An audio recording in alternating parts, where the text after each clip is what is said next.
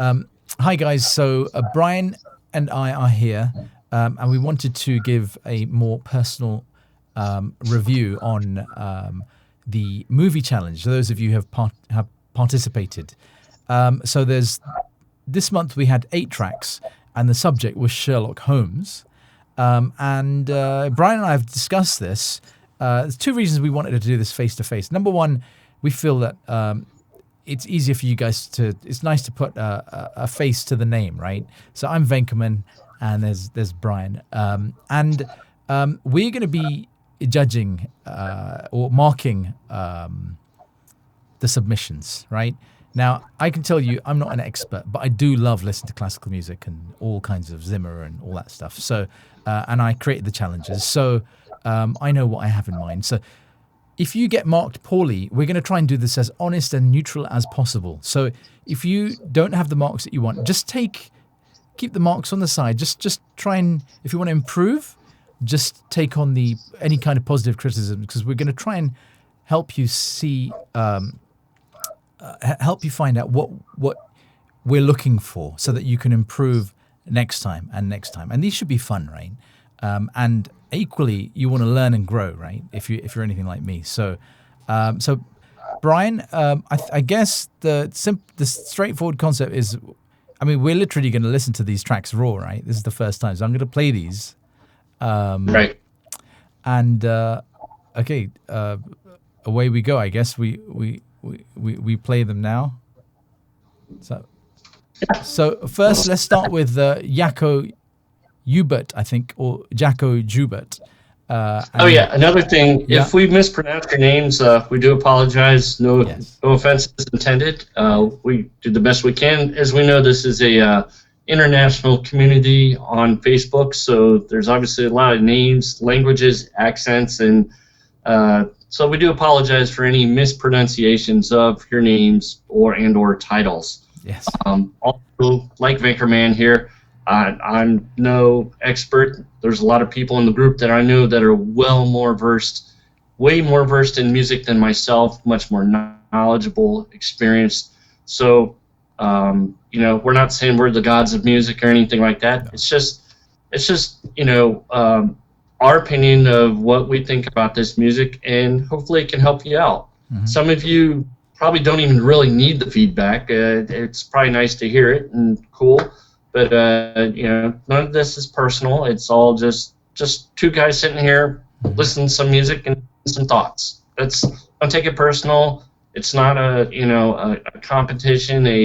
Like, oh my God, I didn't win, I'm not going to have a music career. It's nothing like that. It's just 2 guys sitting here talking, listening to music, and trying to help people out as best we can with what we know, because like Bankerman, I like listening to music a lot too, and that's part of why I'm in this group and kind of became an admin in here, because I want to help people when I can, and I can see there's people out there that aren't as experienced as myself, but yet I see there's people that are way more experienced than myself. So it's it's give and take here. So that's what we want to do. We want to try to help people, and keep it fun too. Don't take it too seriously. Have some fun with it, and those of you that are more experienced, it's a chance to do something on the side, so you're not doing the same things over and over and over and never get to have any fun. So that's kind of how I look at it, at least. Exactly. So. And I mean, as admins on Composer Club, and we're all volunteers, right? We don't get any money for this. We hear all the tracks. I mean, we hear some really amazing pieces and some not so amazing pieces. And really, the aim is to help people improve. If we're doing that, then I think we're helping people. Simple as that. We're leaving you in a better state than we left you. Otherwise, what's the point, right? So I'm gonna press play now. Thanks. Okay, here we go.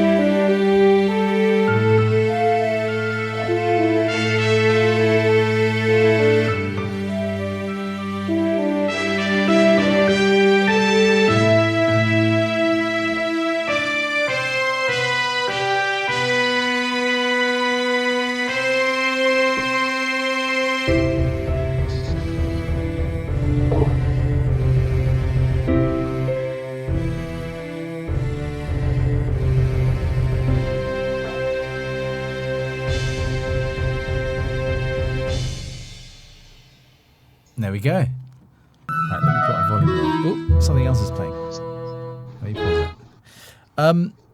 Okay, so the way we were going to mark this, Brian and I had a quick discussion, and we think that what's most beneficial is if we mark it out of 4 categories. Number 1, we're going to mark it out of composition. What do you think, Brian? Out of 10 or out of 5?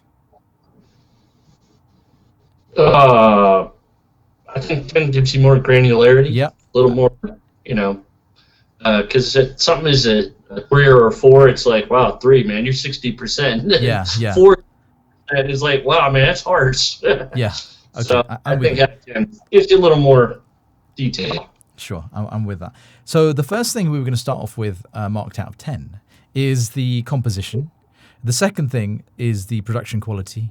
The third in production quality, we take into account things like realism, sample library, mastering and mixing, ease of listening, and then the third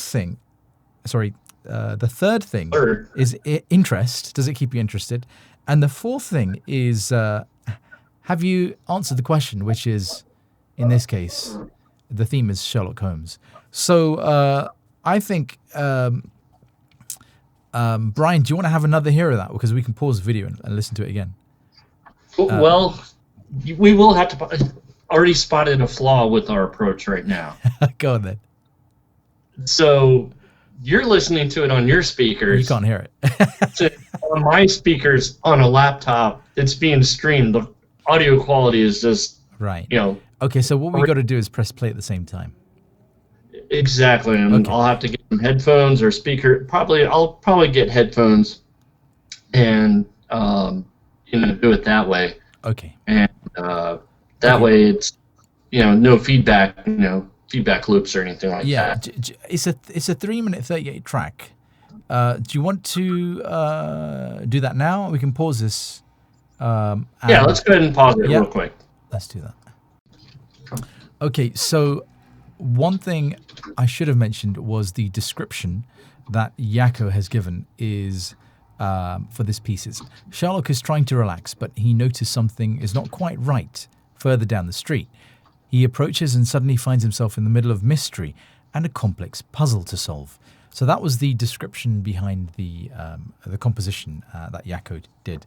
So, okay, let's go for it, Brian. Do you want to go first on marks out of composition and any reasons for that? Be honest. No. Be honest. No. From a compositional point of view, there was a variety of parts, which was good, and it seemed a bit simplistic at times, and like the song would start moving and then it would stop, transition to another song. Kind of, it felt like it was a bunch of different songs put together in a way. I know it's all one piece, but to me it felt like that there just wasn't a steady flow to the context of the music. Like, first I was on Jupiter, then I was in Mars, then I was on, out of the Milky Way. It was different songs, speaking, from a, example point of view. Yeah. I'm not saying it's horrible, but I think if you could tighten the themes up better and, not try to do too much with one song, I think that would, improve you in the long run. Because if you stick with one thing and one thing I've learned with producing music is when I try to take on too much in a song, I often it's no doubt part of a result of my skill level of the ability to write music, is I find that if I try to take on too much and add too many parts, it gets lost. I lose track of what I'm trying to do, and and the theme just gets lost in there. So, compositionally, it's not bad, but I just think it moves around too much. And I think if you simplify and do that in the long run, I think you'll improve a lot there. Marks out of 10? I'd say 6. 6. Okay. Yeah. Okay. Okay, so I'll give you my marks. I agree with you on many points. One of the things that I actually struggle with is what you just pointed on. I struggle with making a theme, a piece of music this long, because I don't know where to take it. I come up with a basic melody and then it just hits a block wall. I'll give you full marks on your creativity, Yako, on that. I think I find that really challenging. So well done. And I also have to agree with Brian in terms of at the moment it feels like it's going all over the place. And I know you're describing different scenes, but composition-wise, I think it starts off really nice with the. I made a note of the piano and the cello. Those are my two favorite instruments anyway, so I'm a sucker for them. But I'm going to be giving this a 5 out of 10 in terms of composition. So.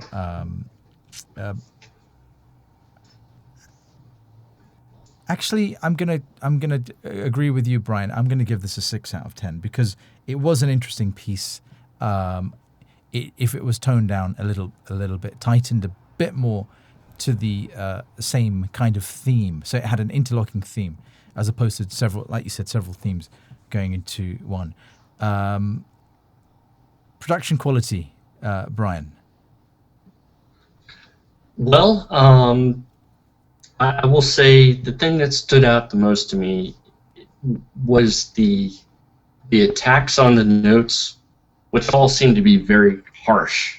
Every note was very accented, very harsh, and it kind of made it hard to feel the dynamics in the piece. I mean, looking at the WAV file, you can see on SoundCloud, you can see that there are some dynamics there, but they're not very gradual. It's either soft or it's loud.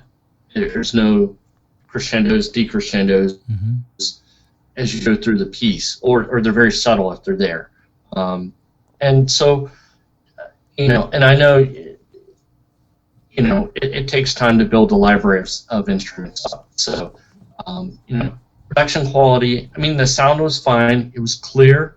I could hear every note, and it seems like the instruments weren't all stuck in the center together. So, those are good things. You always want your music. In my world, when I listen to music, I want to be able to hear it. I want to be able to follow it and pick out little things that are going on, 2 or 3 things going on at once. I want to be able to do that. And I could do that on this piece. So, production quality, I would say recording levels maybe a little bit loud. The accents on the notes were a little bit harsh, and the sample libraries, what used, they could use some improvement.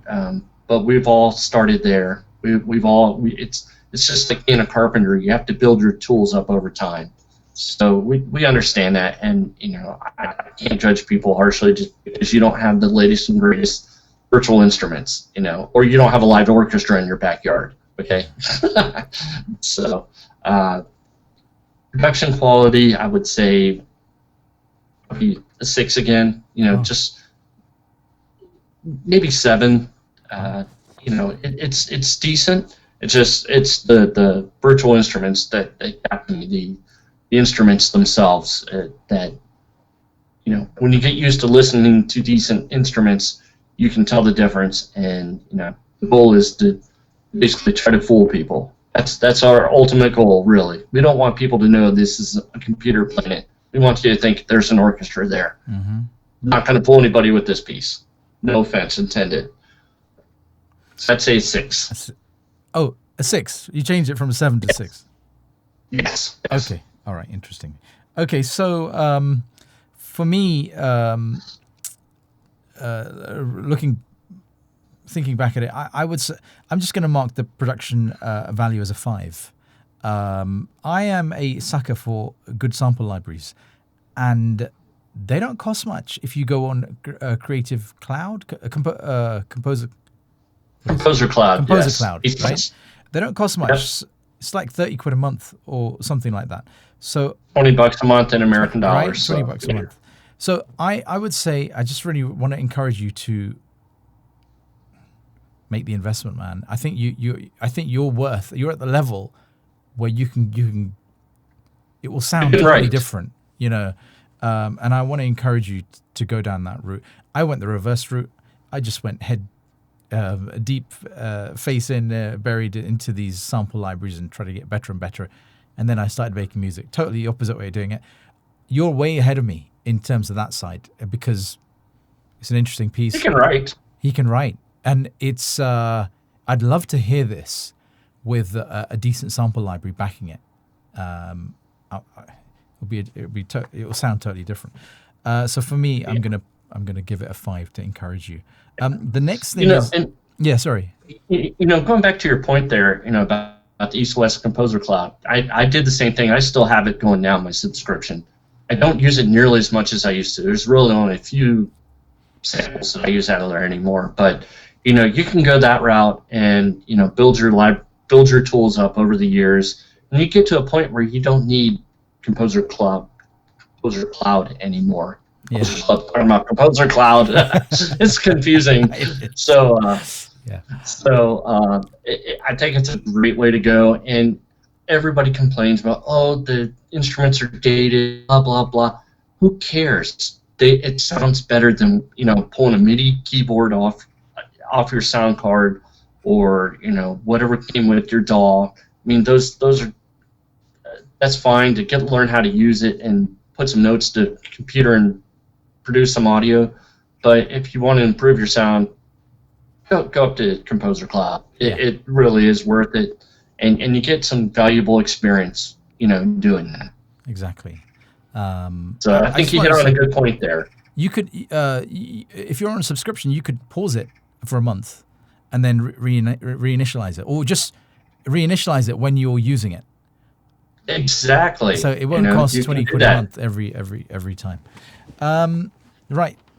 The next one is interest, number 3. So, did it keep you interested, Brian? Initially, yes. I would say the first third, not the first third of the song. It felt like Sherlock Holmes, got me interested. And then it started going all over the place, and that's when I started losing my interest. When you started getting more of the brass and strings and echoing parts going, that's when I started to lose the interest in it. Marks out of 10?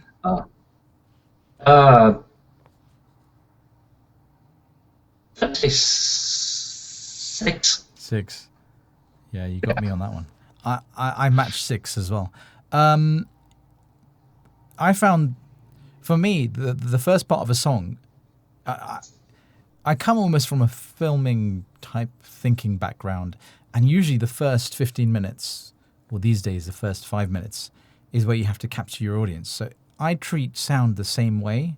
The first part is where you got to capture the audience. I think he's done a good job there. Really good. It starts off, for me, really powerfully, and I'm intrigued. I want to hear more. And then you lose me. And then it goes on, and I find it difficult to picture what's happening.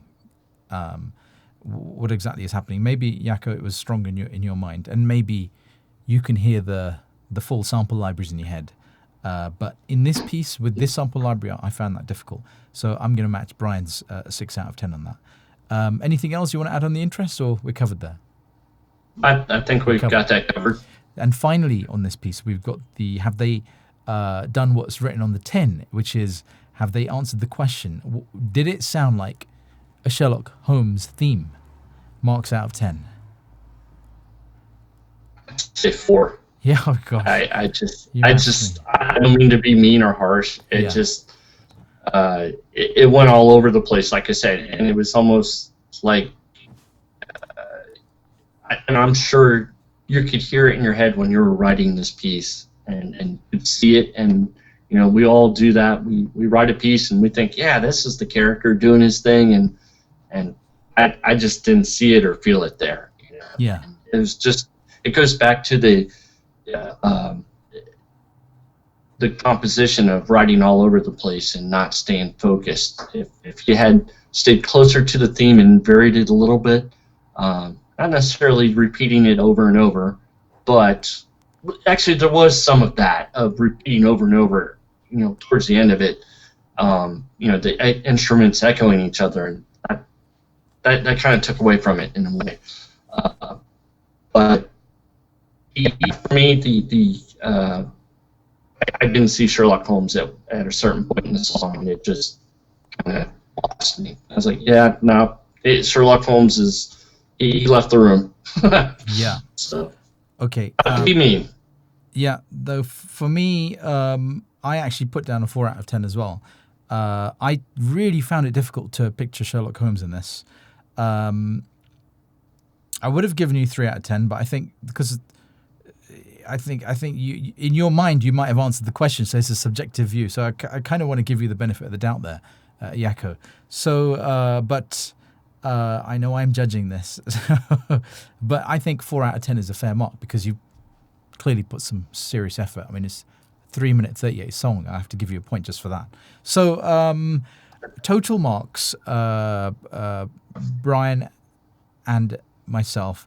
My total marks from me were 20 out of 40, and Brian's were 22 out of 40. So that gives you a total score of 42 out of 80. And that's the first song. We've got 7 more to go, Brian. We might have to do this in a few sessions. Yeah. This is why we need a beer. Oh, idea. Shall we grab one? You know, beer. No, that's actually a really great idea. But you know, concept down the road is drinking and reviewing music or something like that, or beers and music, whatever. And we just we just 2 guys or 3 guys, however many people come in the group, Alex and whoever else.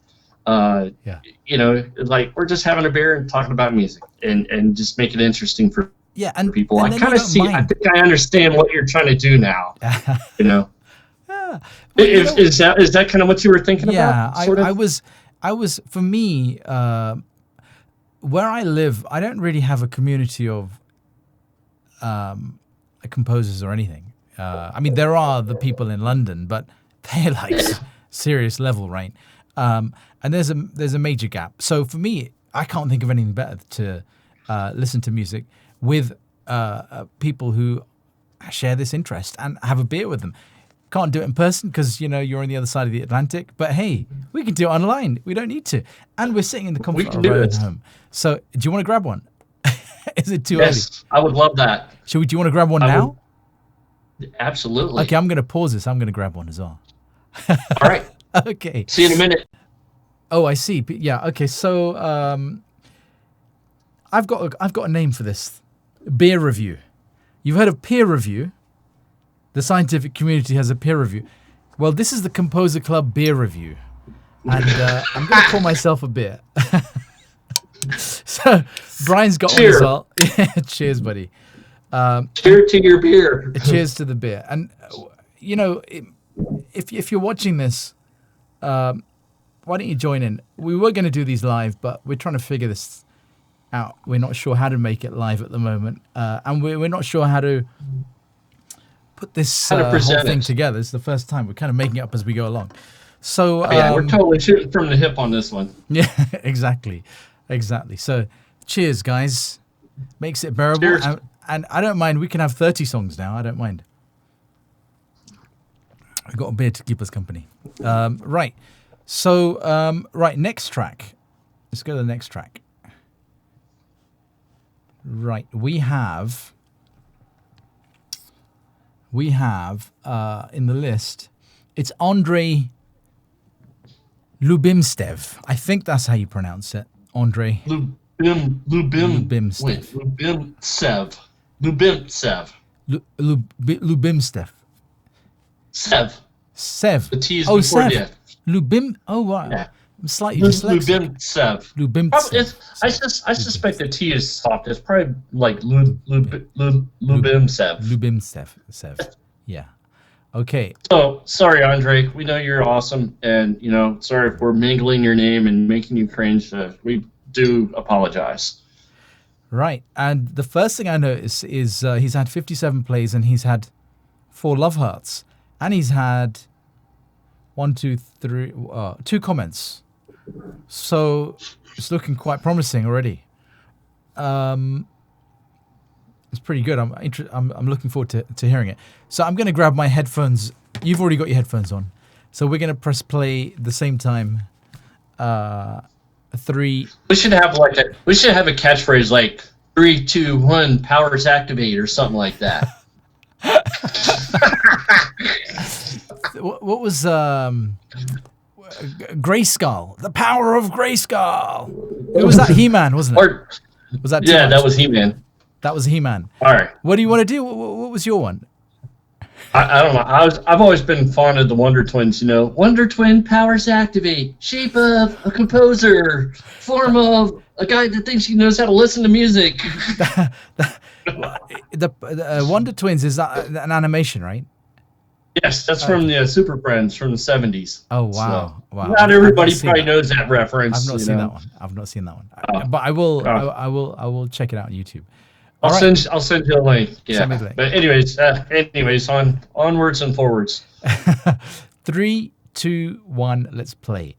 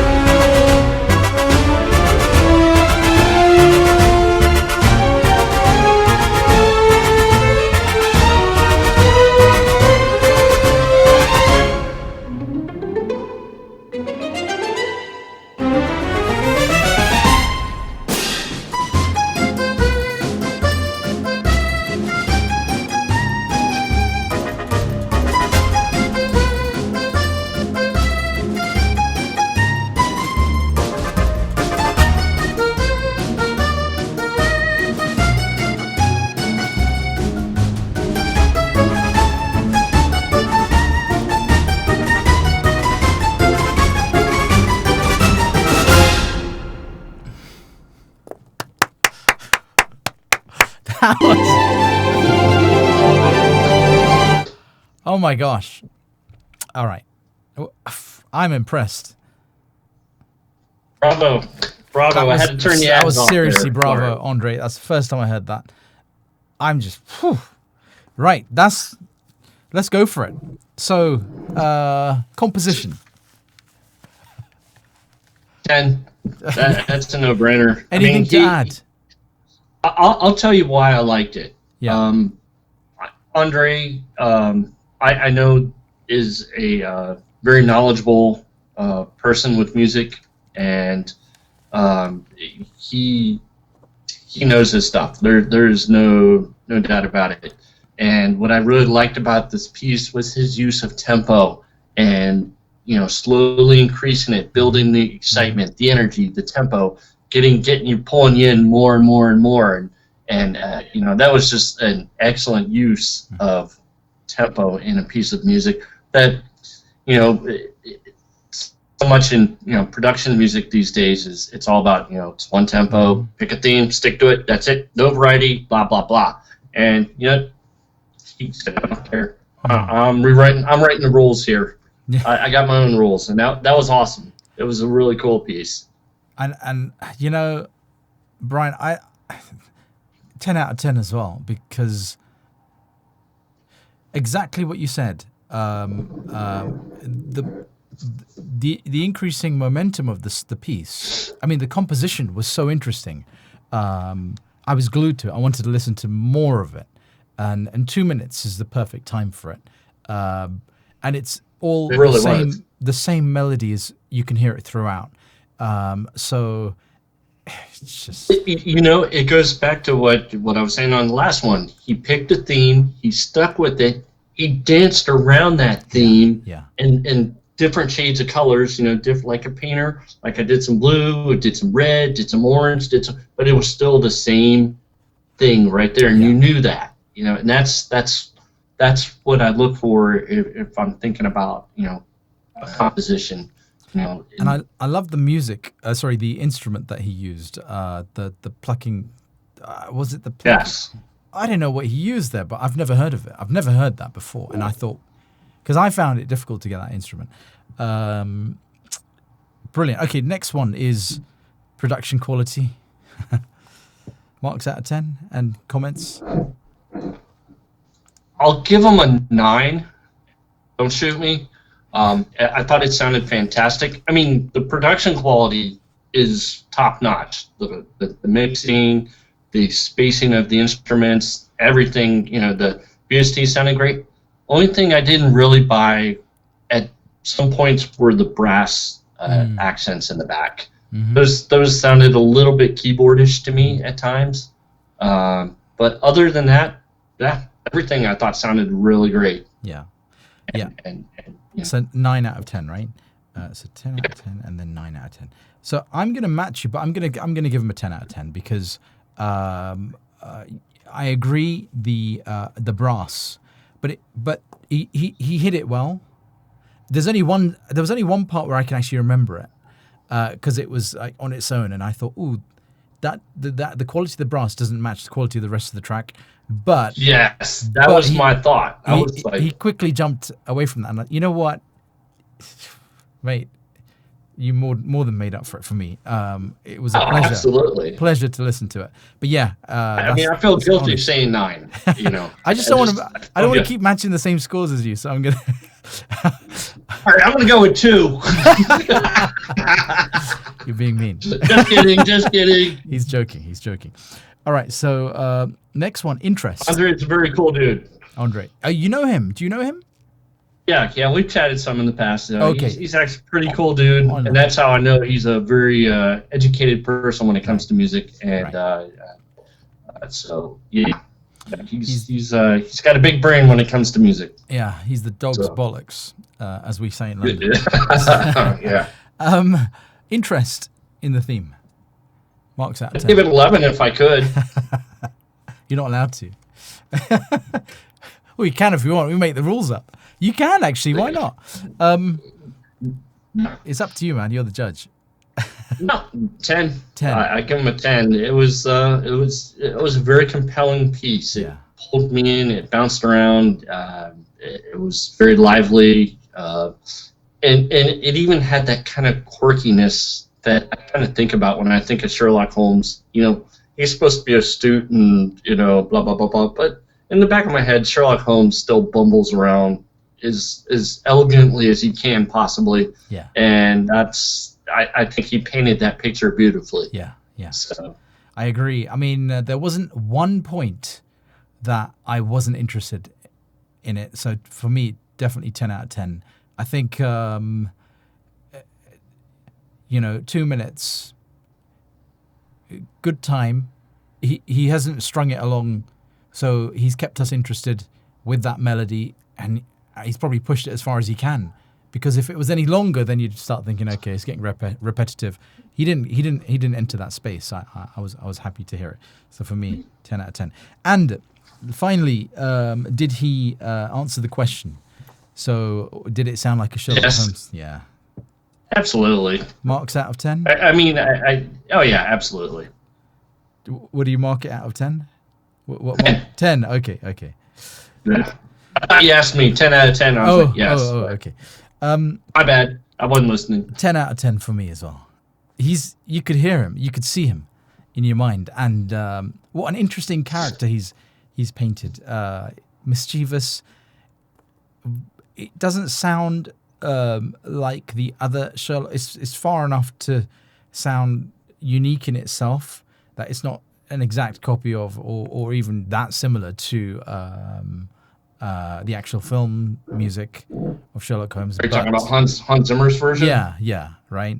Yeah. So It reminded me of that, Yeah. shades of that a little bit. yeah, But it was definitely its own piece, Yeah. and it stood on its own. You know, it could be used in place of that easily, in my opinion. Awesome. so this guy's got 10, 20, 30, 40 out of 40 and 39 out of 40. So he has got 79 out of 80. Wow. Woo. Okay, that brass, man. You need to change that brass. Come on, Andre. Get with it. You would have got an 80. The next piece is... see, the beer's kicking in, making it more lively already. The next piece we're going to go to is by David Kaiser. Kaiser? I think it's Kaiser. Kaiser. Kaiser. Okay. Yeah, it is Kaiser. All right, so... And his intro here is, this track is my take on Sherlock's theme. That's his description on SoundCloud. Yeah. So, Yeah. Fair enough. right. Oh, he's had 142 plays, 3 likes, and 1 share. Buddy, that's got me interested already. The audio seems quite consistently loud. There's a middle part, it goes a bit quieter, but overall, I'm interested in hearing this. It kind of looks kind of a little bit bouncy in the beginning, not a lot, and then it gets quiet in the middle, and then it looks like it really takes off at the end, and with a lot of spikes. So there's probably a lot of hits, accents, Yeah. probably something building the excitement, whatever. So You ready for it? sure. Okay, 3, 2, 1, play.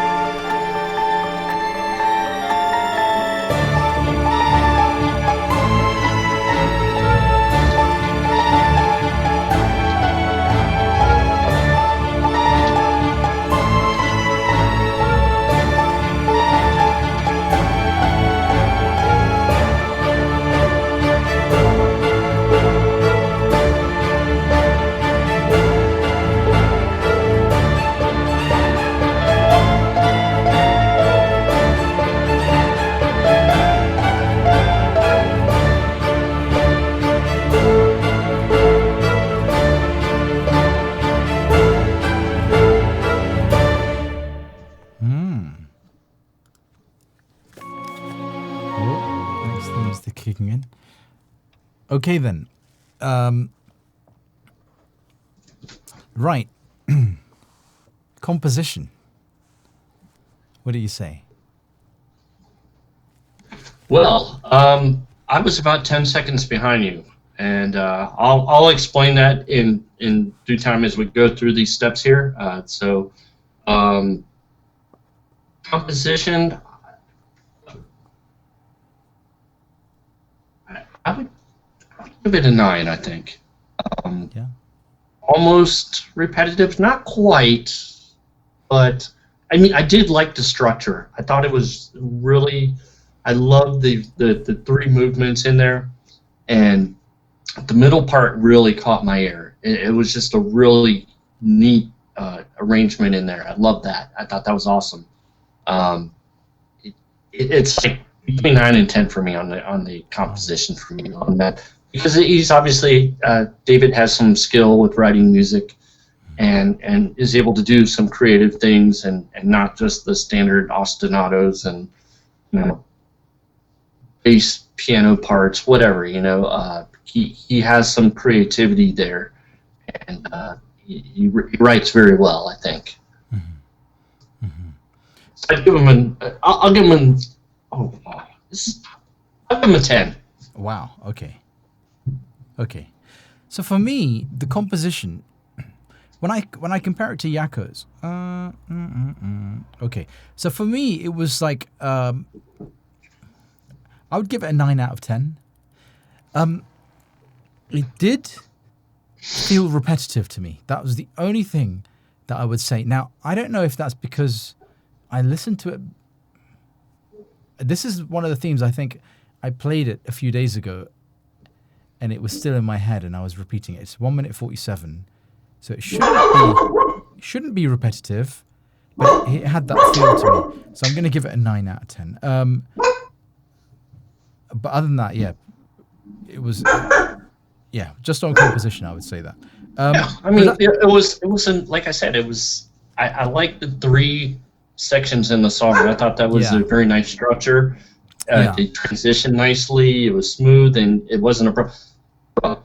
So, anyways, go ahead. Yeah, you're right. I like that actually. You're right. It's it's a 3-act structure. So interesting that he's done that, because the middle part is still related to both other sides. So it starts off, but the beginning and the ending seemed very similar, right? And it was just building momentum. And the middle part was an interesting difference. But okay, cool. Production quality. Okay, now we get to the reason for the 10-second delay here. When we both hit play, it started playing, and I was like, wait, did I miss something? Same. And I rewound it, played it again. I did the same played thing. it again, played it, and so I did this like 5 or 10 times. So the problem was that the song, and I don't know if it was the way it was written or the way it was recorded. However, at the end of the day, what I'm listening to is a result of the way it was recorded, because you could have paused it for a few seconds before you started recording. So that intro right there where the song starts, that was bad, because I thought I was in the middle of a phrase and I'd missed half of it, and I was confused. And I had to rewind it a few times to figure that out. I was like, oh, I guess that was the beginning. So outside of that, the production was fantastic. Yeah. Loved it. Yeah. It obviously recovered very well, and the instruments sounded great. The spacing of the instruments, they weren't all in the center. They were spaced, panned around, and I was able to identify every note individually. Especially, I loved it in the middle with the clock and all the different instruments and all the different parts going on. That is an example of where I enjoy music the most, is when there's lots of interesting things going on, and it challenges you to keep track of them and be able to listen to it and enjoy it. And that's why I really liked this piece, was that middle section really, I love the arrangement there. So production, I'm going to give him, I'm going to have to take it down to a 7, because it was such a fantastic production quality, except for that intro, which really made me think about that the whole piece. Like, oh, this is great, except for, you know, I'm gonna have to give it a 7 for that. Other than that, it really is. And that's something that's easily fixed. Obviously, put an extra measure in at the beginning of your when you're dumping your file out to an audio file. Easy enough. You know, we all make mistakes like that. It happens. I understand. Yeah, and it's only a Composer Club challenge, right? But it's got his name on it. That too. You know, But it's got his name on it. Serious. He's got his name on it as well. So from that point of view, people will listen to it. I mean, I had the same problem. I was like, what did I? Because sometimes you open a page and we quickly paused it, and I thought, okay, did I just miss a section? Did I already hear this and play it? I had to go back. I only did it once, and I actually came to the conclusion that I thought, oh, it's just me. It's just, but it did start, and I'm glad you brought that up because I felt the same thing. It was like, it's Super almost like abrupt. he's trimmed some of the beginning off, and when he's exported it, he's just, and it's literally probably half a second at the front because it just goes bang, but it doesn't sound right. On the basis of that, I'm going to give it 8 out of 10. Otherwise, I'm going to give it 8 out of 10. But other than that, it was production quality was spot on, man. It got, the mixing, mastering, the ease of listening, the realism, everything, the sample library. It was great. The next one is the interest. Marks out of 10.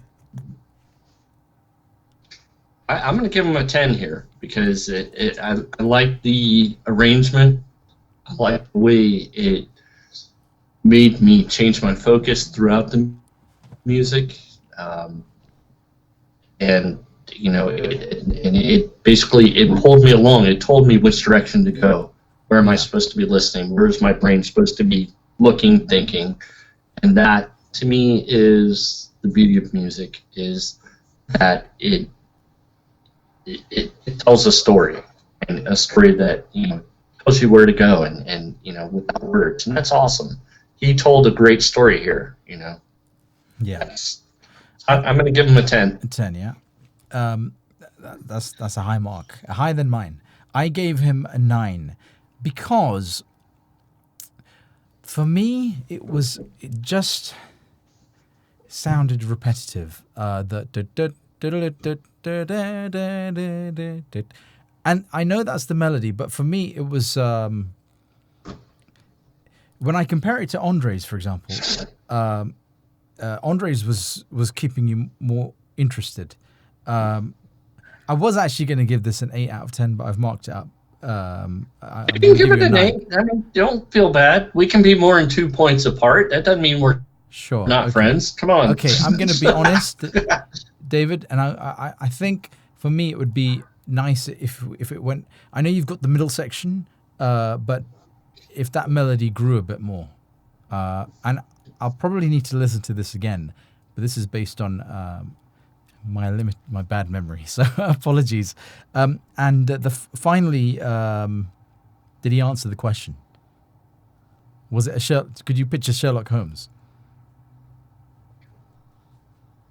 I could, except for the middle part, which I really like. That's really my favorite part of the song. And the clock ticking. Okay, that was cool. I like that. That was a nice touch. Yeah. But at the same time, I almost felt like I was in an episode of Doctor Who for a moment there. So it kind of drew me away from Sherlock Holmes and into a different show. It seemed more I don't know if sci-fi is quite the right word, but like I was in a different show. I wasn't thinking about Sherlock for a moment there. Yeah. So, but it's still. It was like Sherlock Holmes went into the Twilight Zone for a minute there, and he didn't know what was going on. I don't know. Maybe he dropped some mushrooms and was tripping. I don't know. But, not unlike him. So yeah. What was the mark then? So I think I'd give you a 7 out of 10 on believability for me. Okay. That's just my opinion. So for me, right from the beginning, I could picture Sherlock Holmes. I agree with you in the middle part, but it wasn't for me as off-putting. It was, I think, David, what would have been useful is if you had put a description in with what was happening with that middle part. Did he go into the Twilight Zone? Or did he find something? You know, what was that middle part describing? But I'm going to give you a 9 out of 10 because for me, it's answered the question. Was it Sherlock Holmes? Could I picture him in my mind? It was clear. It was clearly Sherlock Holmes. So You know what? I'll change mine up to an 8. Seven's a little harsh, I think. I'm influencing. We're influencing each other. We're conforming. Right. Let's do the maths. My brain. 7 just seems a little too harsh. Yeah. It's not like I didn't believe it was Sherlock Holmes. It was just all of a sudden I felt like Sherlock Holmes was in outer space with, Will Rogers and, Danger Will Robinson and, or something. I don't know. No, I agree. It took you on another point. It would be great if we described that point, right? Yes. Maybe he was solving something or looking at clues. That's kind of what I got from it. Maybe he's in a room looking at clues. He's looking at the clock. Time was running out or Time was running out. Yeah, something. Yeah. So, I mean, it was definitely an interesting part of the song. I loved it. I thought it was really melodically. Yeah. I thought everything fit together very nicely, and it, it was a cool piece to listen to. So he's got 28 plus 7 is 35. Okay, so you marked him 35 out of 10. I marked him 34 out of 10, giving a grand total of 69 out of... Sorry, not out of 10, out of... 69 out of 80. That's the total. Okay, so far... Andre is the leader. David is second place with 69 out of 80. And Yako is 42 in third position. Let's see how it changes. This is all being done not live, but semi-live, if you know what I mean. We're recording it as we're somewhat. Yeah. Next song. Right. Are you having fun, Brian? Yes. This is fun, right? Yeah, no, this is cool. This is fun. I'm having fun. We'll refine the process as we go along and get to figure out what works and what doesn't. But, exactly. This is definitely a good time. It's fun. And I hope you guys find this more entertaining than me just saying, marks out of 7, marks out of 6, because I do voiceover, right? So I've got everything. Mr. I have a perfect voice. Okay, let's just get that out on the table. You got to hear the other guys. I'm an amateur. I'm an amateur. Hey, you know what? It's funny. Yeah. When I was listening to your first movie intro talking about the Batman, and I'm playing it, and I had speakers going, and my wife's like, "Who's that? Who's that guy?" I go, "Oh, that's Binkerman." She's like, "Binkerman, who's that?" I go, "He's a guy who does voiceovers. He's really good." She's like, "I know. He's got a great voice." So, do you know what? It's the post-production editing.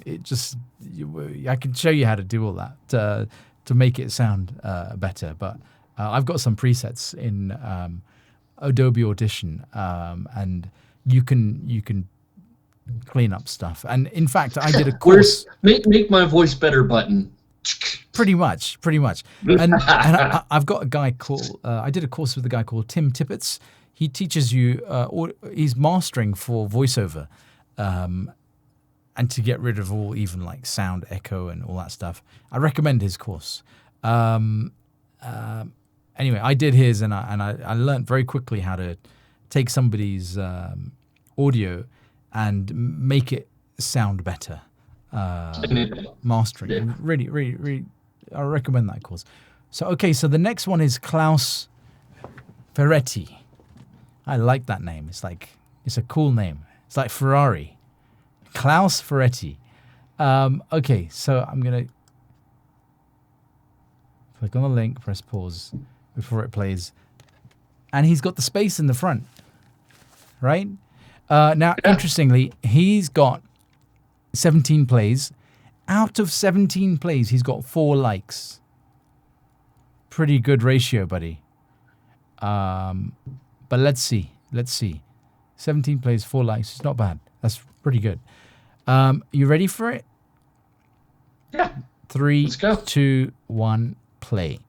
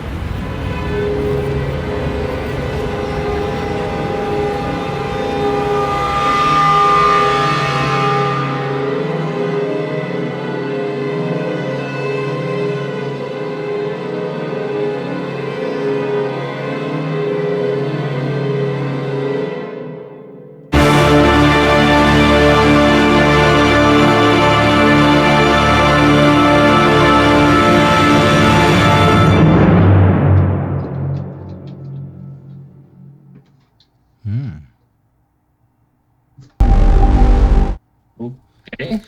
Okay then. Right. So let's get on with it, I guess, because we're halfway there. Number 4 out of 8, right? So Klaus Ferretti, what do you say, Brian? What was the composition like to you? I'm still trying to sort it out in my head right now. Okay. There was a lot to that. Yeah.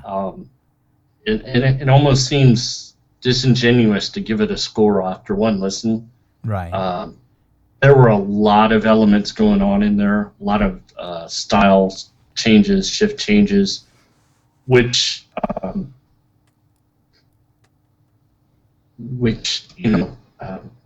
shows that he's capable of writing in different styles and changing things up, which is a very good quality. That's awesome. I don't think the whole thing compositionally, a few things bothered me. Uh, like the end was very abrupt for me. From about 3 minutes, I looked at the timer on it at about 3 minutes 50 seconds to the end. So you're talking about 3 minutes 50 to 4 minutes 20 seconds. You're talking about a good 30 seconds. Not a lot going on there, and it was kind of like that might work. That might work well on the screen because there's something going on that you don't need music for. But that part of it kind of, I was like, okay, I don't know what to do now. I'm confused. So, anyways, so composition wise, the quality I think was good. Um, it flowed together fairly well. Not completely, I don't think. I'd have to go back and listen again to get more detailed notes. But going off the listen here, I would give them probably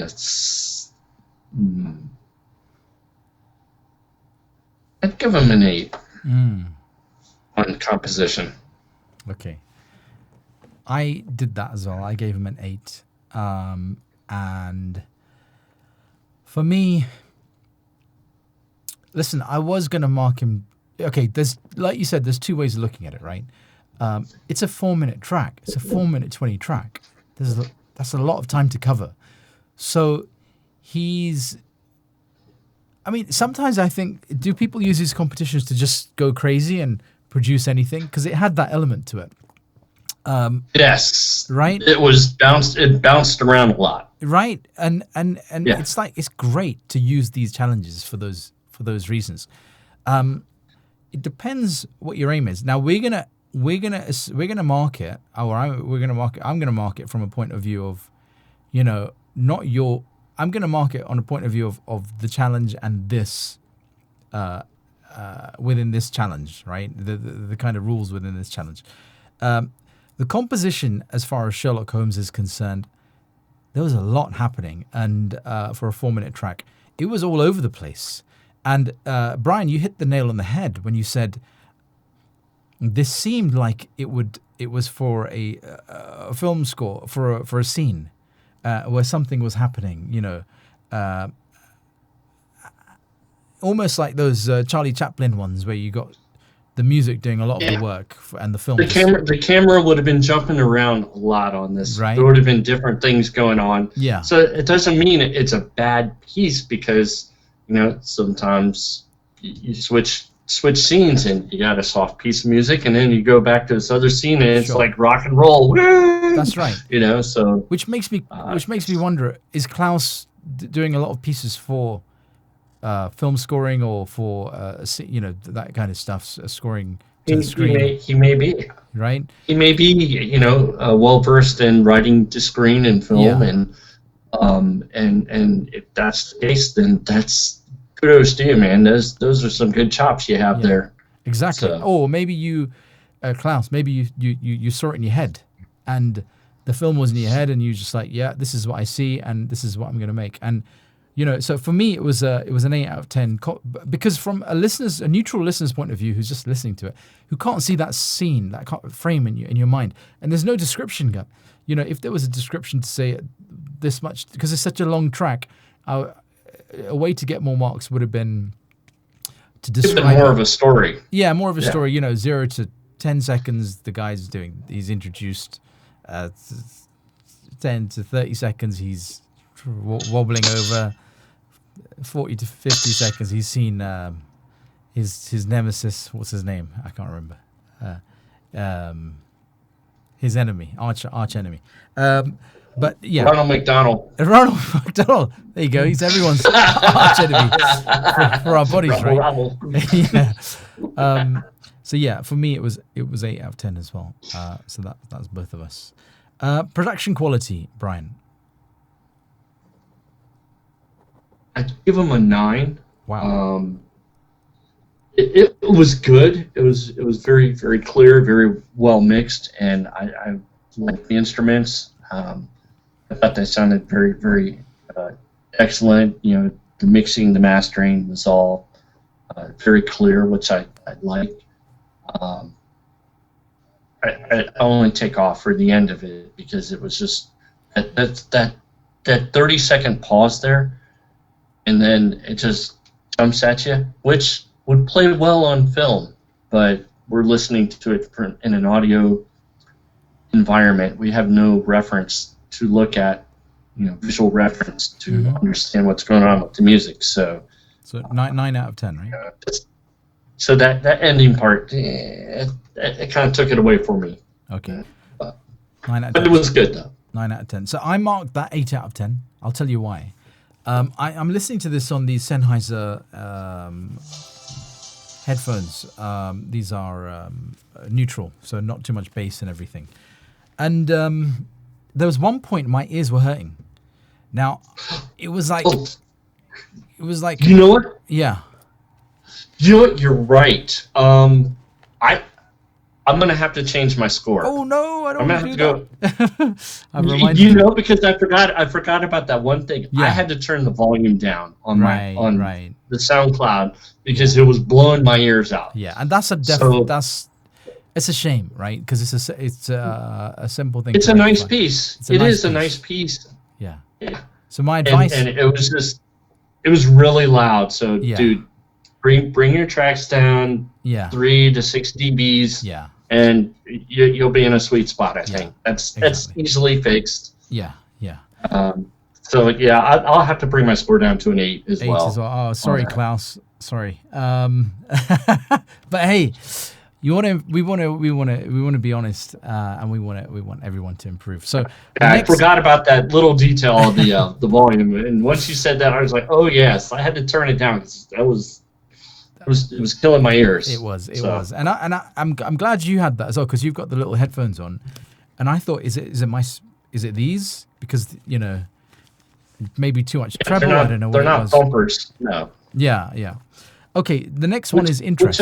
Sorry. Which Sennheisers do you have? These are not the best one. The HD 280 Pros. Okay. All right. 280 Pros. Yeah. I've got another set somewhere. I've got the 380s, which I suspect they're very much like that. They don't have a lot of bass to them. Yeah, so they're monitors, right? So you get a neutral kind of... Yeah, exactly. Yeah. Exactly. I love them, though. I think they sound great. Well, the only problem I have with these is they're not so comfortable. I can't wear them for 3 hours, for example. Is that normal anyway with any headsets? I guess 3 hours is a long time, right? I got a tiny coconut, so mine fit me fine. And I'm not even sure how you're supposed to wear them. Like in the middle of your head. I've got like this round egg head. So is it supposed to be in the middle, or is it supposed to be in the back? I don't know. Whatever sounds good. Comfortable. Maybe I'm not wearing them properly. That was production quality 8 out of 10. The next one's interest.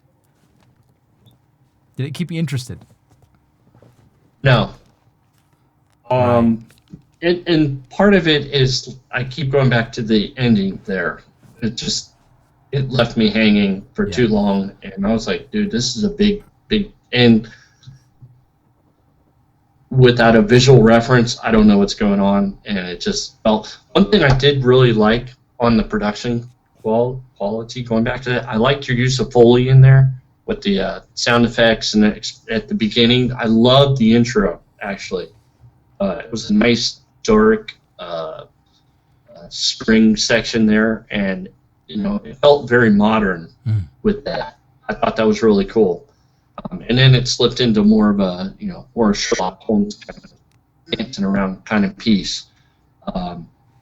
But going back to which one are we on? Interest. Mark. Interest. I'll give it a 7 because it kind of waned for me. Yeah. It started off well. It was really interesting at the beginning. I liked. It was a bit of a different take. It was a nice intro, Yeah. and then jumped in, and then it just kept going for me, and then it got too quiet, and I was like, okay, I'm looking at other things now. So not to be harsh. Yeah, no. Be honest. I mean, we the reviews are only good. You can't mark everybody 10 out of 10. No. Let's be honest. We want to say we'll only improve if somebody points out these our weaknesses where we can improve, and you need a second opinion. And these reviews are gold dust, right? I mean, I wish I had these on my pieces. So having a second person really break it down. I think this is good. So for me, I marked him. For an interest, I actually marked Klaus 8 out of 10. I'll tell you why. Because it was all over the place. So it was interesting. So it was all over the place in terms of I really didn't know what to expect next. So if I'm basing it just on interest, it was interesting. It was in your mind, Klaus. I'm picturing it, and I think you played a scene. There was stuff happening. There was action. There was, there was something happening in the scene. All right, it wasn't spelled out, but did it keep the viewer interested? It made me interested enough to wonder what was going on. So was it? So if we look on the interesting side, yeah, would it? Let's break it down further. Really, what do we mean when we say was it interesting? Does it keep me interested enough to want to listen? And I think that's, Brian, the question that you've answered. And I've just used the word interest because I've written it down. It didn't, no. You could have made a shorter piece and focused on one melody and just expanded that. That's how I would have done it. But having said that, it is an interesting piece in its own right. So I'm going to stick to the 8 out of 10 score because I want to encourage you to make interesting things. But my advice is keep it shorter. You don't need to go the whole 4 minutes 20. Do a 2-minute track and let the it felt almost forced, like you had to do some stuff in the middle. Whereas if you'd gone for like even a 1 minute, 2-minute track, it would have been one melody described what's going on. It's Sherlock Holmes. And it would have been super perfect. Yeah, right. And so this is the thing. Like going too far along. I mean, he's probably invested more. Maybe, or he's decided to go, I just want to experiment with this. And it's great. But as a listener, it's like, what is this guy seeing? Because we can't see it. So from that point of view, I'll stick to the 8 out of 10. I've had a beer. So, right. Last one is, did he answer the question? Was it Sherlock Holmes? Do you want to hear a bit of it again? Do you remember? Because I've kind of forgotten already. If you want to take a quick listen of part of it, sure, that's fine. I think that's fair.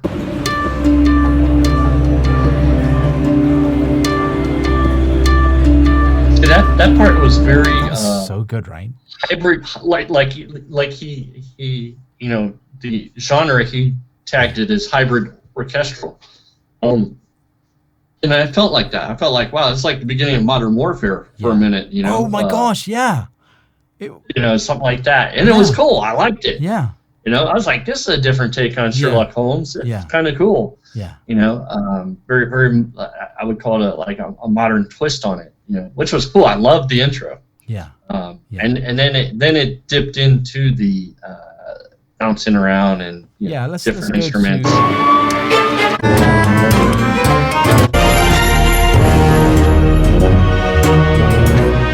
See, this kind of thing was almost like Scooby-Doo. Like Inspector Gadget, right? We used to watch Inspector Gadget. So it's yeah, exactly. And if you got go rid of Gadget that, arm. you got rid of that. Yeah, go magic composition. If you got rid of that, I think it would have been so much better as a track. Right. And then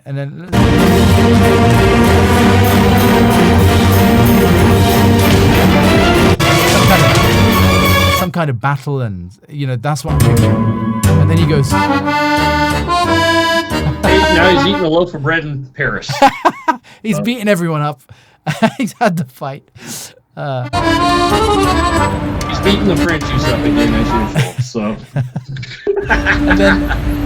and then it calms down, and then I actually, I love the. It's interesting the way he's transitioned. I think it's superb, and it's not easy to do that sort of thing, and it shows his skill as a composer and a producer to be able to do those things. Like I said, I felt like this track, it would fit the film very well with transitions and camera transitions. Exactly. So, did he answer the question?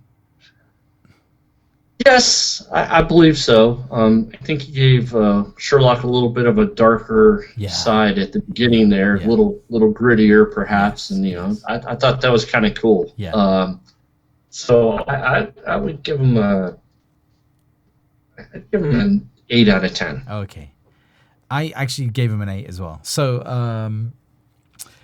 I'm wondering if I should give him a 9. I'm going to give him a 9 because. I've re-listened to that, and I'm like, you know what? There were some really good parts to that, and it's a lot of variety there. A lot of interesting. variety, exactly. And I love the fact that it was, like you said, Brian, a darker side to a Sherlock, right? And it was like, wow, okay, this guy's got a bit of Batman in him, with the what was it, the bassy instruments. Okay, so 8, 16, 24, 31 you've given him, right? And I've given him 32. So, okay, so the grand total of 63 out of 80, which means we have a new third place. We have a new third place. So Klaus goes in and robs Yakko for his third spot. Right, next. Who have we got? All right. We've got Sybrand. Sybrand? Sybrand. Verholst. I love these names. These are like... Sybrand Verholst. There you go. Okay. Taking a guess. It's on YouTube, so... and I commented on it. So let's see. Right. I'm going to click on the link. Right. And we'll do the 3, 2, 1. Let's see. He's had 26 views. He's put it on YouTube. Can we pause this for a minute? Yeah. Yeah, sure. 1 second. I got to check something real quick. Sure. All right. So we're back on. Okay, so the next one is by Sybrand Verhulst. Yep. And so he's given a description. He said, he said, I try to portray Sherlock's whimsical character, his energy, his chaotic but brilliant way of working, the strange way his brain works, and his urge for adventure and movement in his life. Besides that, I also tried to portray the grand scale of his adventures and the presence of his antagonist. Interesting. Right. Shall we play it? Sure. Right. Let's do it. So, 3, 2, 1, go.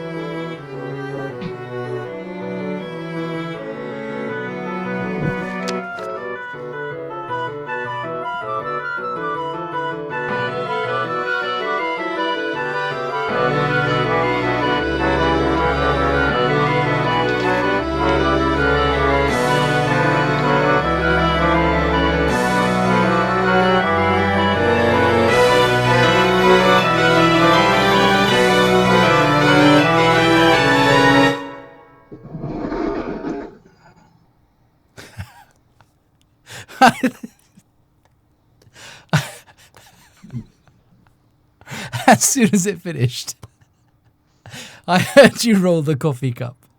And I thought that was the ending. I was like, is that the big ending? But then I thought, no, Brian just... I had to perfect. rewind a few parts to check a few things out that I was hearing. So I didn't finish quite as you did, and didn't quite hear you said you finished it, and what happened? Oh, so he finished his theme, and I was expecting some kind of finish end, but you assisted him by moving your coffee cup. So he gave it actually complimented the theme. Was that is what you're talking about? Yeah.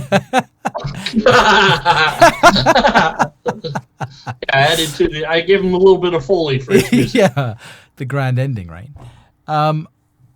Okay, so let's go for it. So composition, marks out of 10.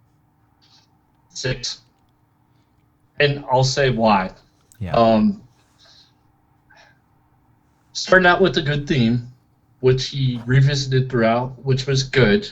But what I did not like is when in the first minute, and this is why I went back and rewound it, he started trying to do too much, too many things going on, and it was hard to follow. And in fact, at one point, there was so much going on, you couldn't even hear the chords in the background changing. Like, you could hear there were, like, some, quote, string parts in the background. There was supposed to be some chords, but you couldn't hear them. Okay. And it was hard. So,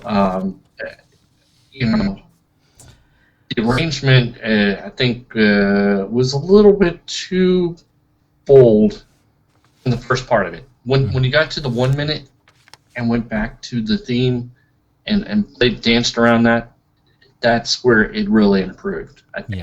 Yeah. Compositionally. Yeah.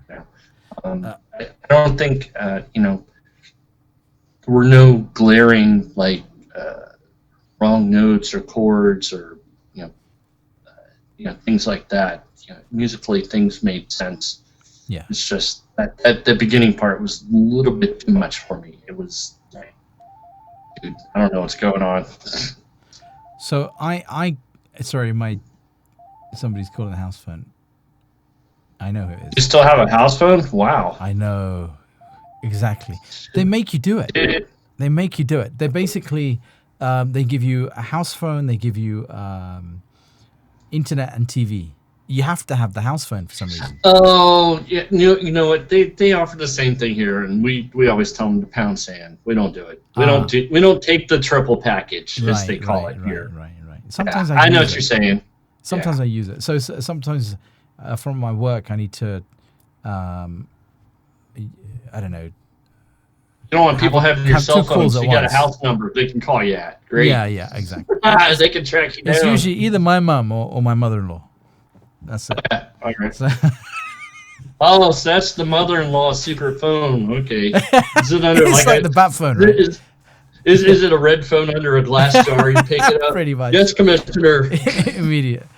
Immediate, yeah. And I know my wife's out tonight, so she's probably wondering, why isn't she picking her phone up?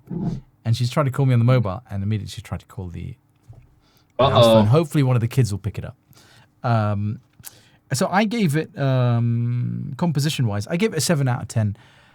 The reason is because it did start picking up after a minute and 15, I think. It felt quite repetitive, but I gave him a 7 out of 10. So that's from what I remember. I think it did feel very repetitive. I mean, if we hear it, it starts off. The theme itself, I'm getting weird feedback there. It felt like more of an Avengers. Have you seen the original Avengers, the English one? Yeah, the old TV show. The old TV show. It felt like a 60s spy show, yeah. I'm not sure if that's, even not just based on his library, but the way he's done it. So I'm seeing from his cover, and he's got like old London there, so maybe that's inspired him to go down that track. But I would have thought the theme would, Sherlock Holmes back in the 1800s or 1900, whenever he was around, his character was around. So, I was just re-listening to that intro again, and it starts off with the piano, and then it goes into like an oboe, and then a flute, and then the brass. Yeah. That's a very 60s spy sound, James Bond sound. Right. That's the one. That's the one. It's a very 60s kind of cinematic spy. Yeah. So he's definitely, and that's an interesting angle in itself. So composition-wise, 7 out of 10. Production quality, and go ahead. Sorry. You want to go first? 6 out of 10. Yeah, you go for it. Okay. I alluded to it in the first part with too much going on, and that really nailed the production quality of it. To me, production quality is how clear is it? Is it too loud? Is it too soft? Does it have dynamics? Does it leave an impression on you, good or bad? That first part, in that first minute, that build up with all that stuff going on, I did not like that. It was just way too busy. It's a nice attempt. I've tried to write things like that myself, and it always ends horribly for me. So I understand it. It's not an easy thing to do.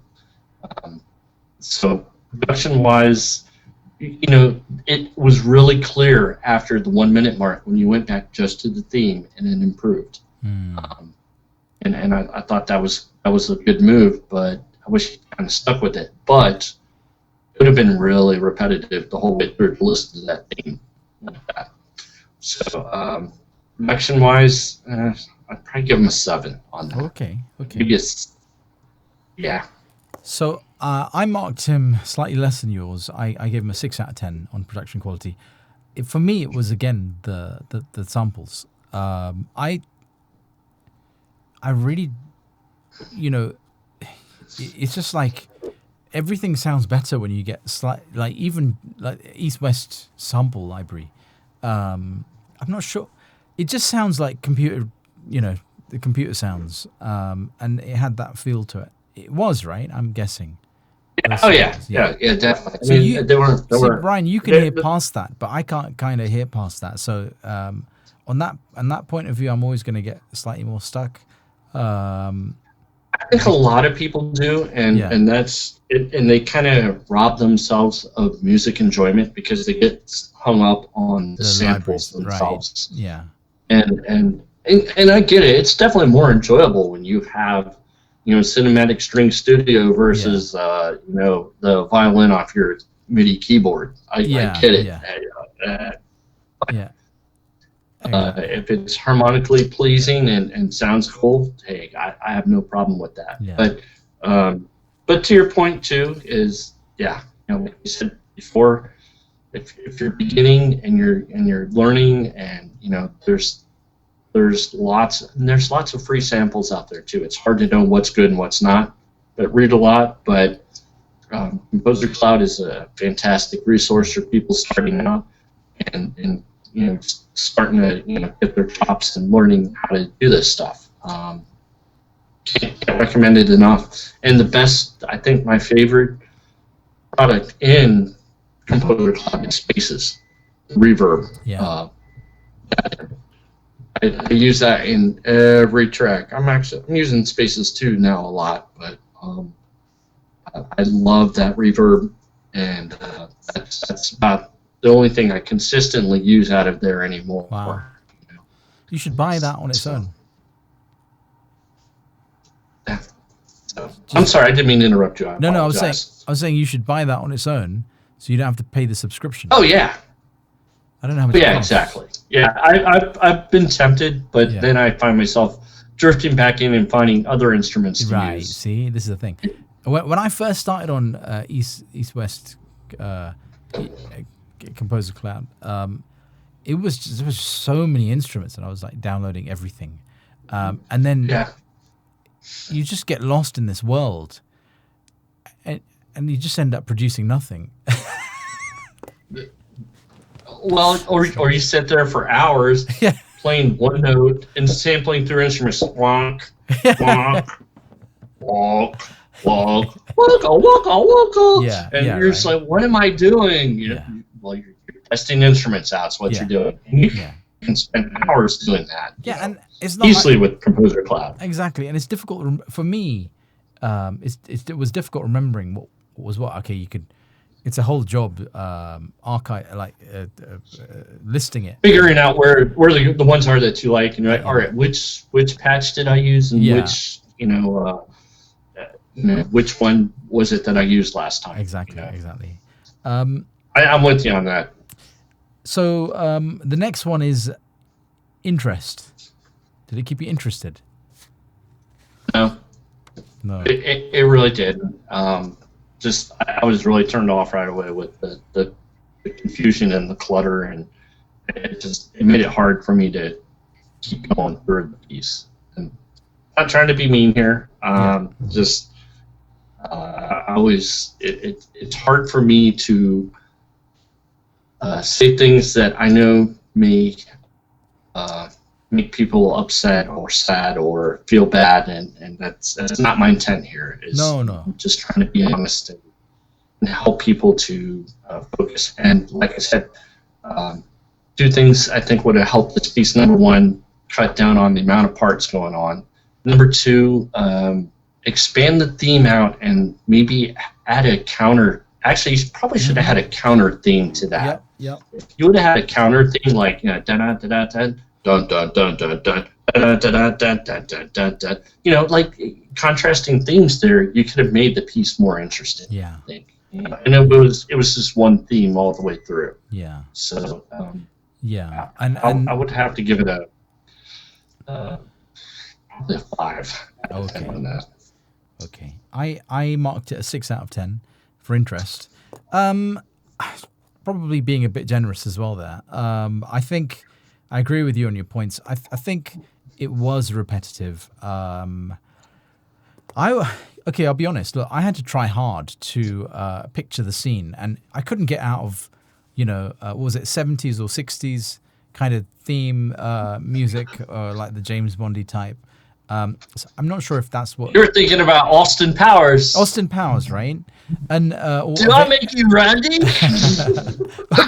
the Avengers, the original English Avengers, who were totally different to these Avengers, a different story altogether. Yeah, very different thing, right? kids. Very different show, completely different. It was like, so for me, it was. I'm really on the one side, I'm really appreciative that you came up with something so almost historic and unique for today's music, because you don't really hear that. We don't really hear that stuff these days. So we're appreciative on that side. You touched a genre that's not around much these days. Exactly, and that's a classic. And that's cool. That's cool. Exactly, that's cool. So, and that's that. There you go. You got an extra mark from me for six. You got 6 out of 10 for the coolness. I like that. Okay, next one. Did he answer the task? Was he? Did you pitch? Could you picture Sherlock? At times, but at times no. I had a hard time thinking about Sherlock through the whole piece. And like what you said about the, something like a '60s spy piece. I thought more James Bond than I did. Or maybe even Austin Powers, because it's a little bit aloof. More Austin Powers than I did Sherlock Holmes. So in terms of believability, I'll have to give that one a 5. Yeah, that's actually what I gave it. I gave it a 5 as well. It didn't. I mean, there were. I would have to work really hard. If I heard the theme on its own, then I would have to work. It would probably be my 4th or 5th guess to say, is that Sherlock Holmes? That would be the last thing I would think of is Sherlock Holmes. Right. I would still think about The Spy Who Shagged Me. I There you really go. would. And in the UK, we used to have this cartoon. I don't know if you had it in the States. It was called Danger Mouse. Yeah. You know, it was kind of like that. It Okay. actually had a great theme. If I Danger recall Mouse. correctly. They had a really good theme, actually. I gotta look that up now. Is that the? I'm trying to think. Is that the theme that I'm thinking of? Let me see if I can look it up on YouTube. That's right where I'm at. No, that's not the one I was thinking of. I Actually, can tell right away by the. I know it, but it's not the one I was thinking of. Oh.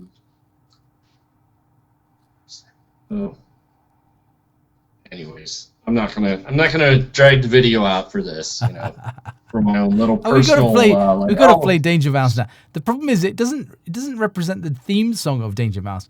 It kind of represents that kind of the stuff that used to happen in Danger Mouse. So it was like this. Daddy's just gonna look for a promo code. Yeah. 4 seconds.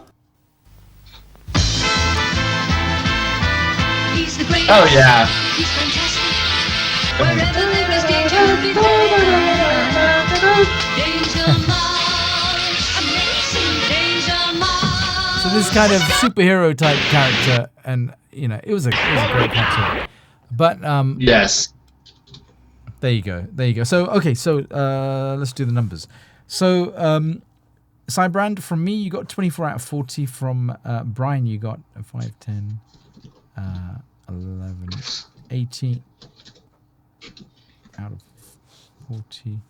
20. I thought of what it was I was thinking of. Yeah, what was it? It's much in the same wheelhouse as a cartoon is called Underdog, and I always liked the theme song of that when I was a kid. Underdog. 'Cause it was I've not heard of that. Underdog. So 24. So it's 47. Okay, he got 47 out of 80. I'm listening to it right now. Oh yeah, let's hear it. I won't be able to hear it on yours. You got your headphones on. Let me.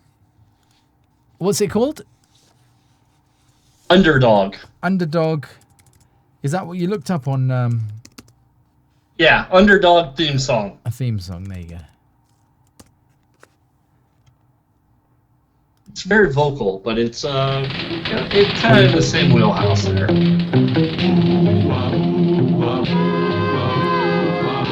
this the one? When criminals Yes. in this world appear and bring them Yes. all that they should fear and frighten all who see or hear the cry. I always liked the vocals on it though. It gets interesting in the middle. Great. I love it. I love their voices. Yeah. It's very Oh, yeah. like a cowboy style, you know, Clint Eastwood kind of good, the bad, the ugly, the way they're singing. Right. So the next one we've got how many more left? We've got three more left. Let's get cracking. So number 6. We're still gonna have to refine this process. Yeah, to make it faster. But then again, if we're having a beer, it's okay, right? We can drag. Maybe we can have less marks. But it's fun, right? It's fun. Maybe we can limit it No. we can limit it to the top 5 or something. You know what? What we should do is we can do it. We can figure out a way to speed it up and just like, hey, what's your score? 5, 3, 2, 1, whatever. Sure. Football Yeah. score. But it's nice having this chat as well, right? Oh yeah, no, dude, this is fun. I'm Right? having a laugh. I'm on my second beer, so you know. Do you know what? This is where I'm struggling. I only had 1 beer in the fridge left. So next time I'm going to tank myself up. I'm going to get some beer next time, like when we do it. Next one is Rita Veneziale. Like that name. And it's a link to SoundCloud. So let's go for it. Well, see. This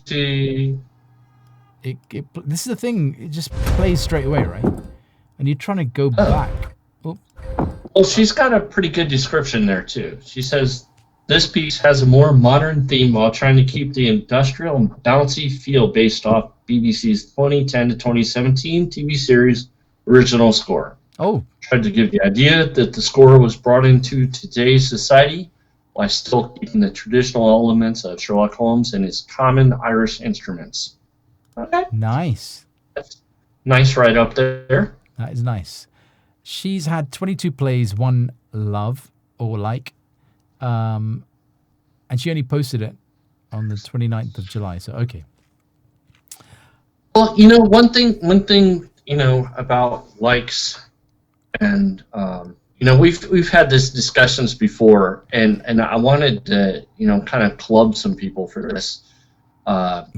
When we would vote, and I'm serious, and we used to do like open voting on tracks, which is still, we can do that again down the road. It's no big deal. But you had some people advocating, well, this person's track's better because they got 4,000 listens and she's only got 22, so the 4,000 one's clearly better. I'm like, dude, that's not even close to fair, because how long has it been around? maybe she's up and coming and learning, just started on SoundCloud. Yeah. That's also, that's a terrible metric. People also pay for hits. I mean, people can pay for the plays. Well, that too, exactly. Right. You don't know if those 10,000 plays were bought or not. Come on. I mean, one way of checking it out is usually comments, but they can pay for those as well. Yeah. They can buy more. Okay, ready to play it? Yeah. 3, Let's do it. 2, 1, play.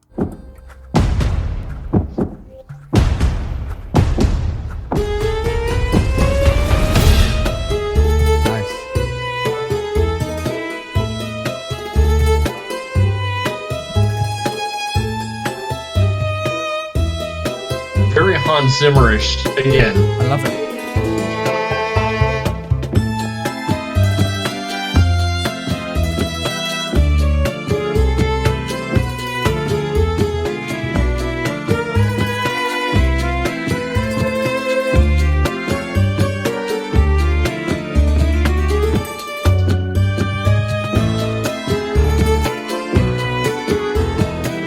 I like the organs.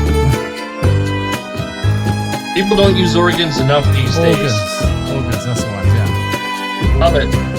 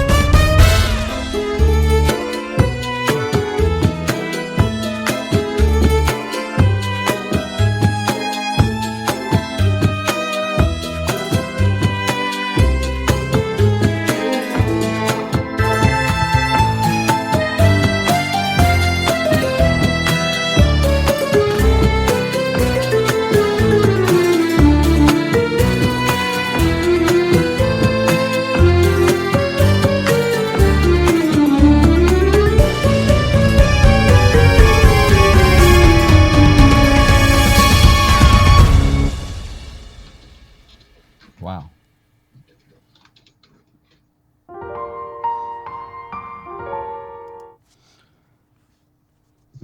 All done?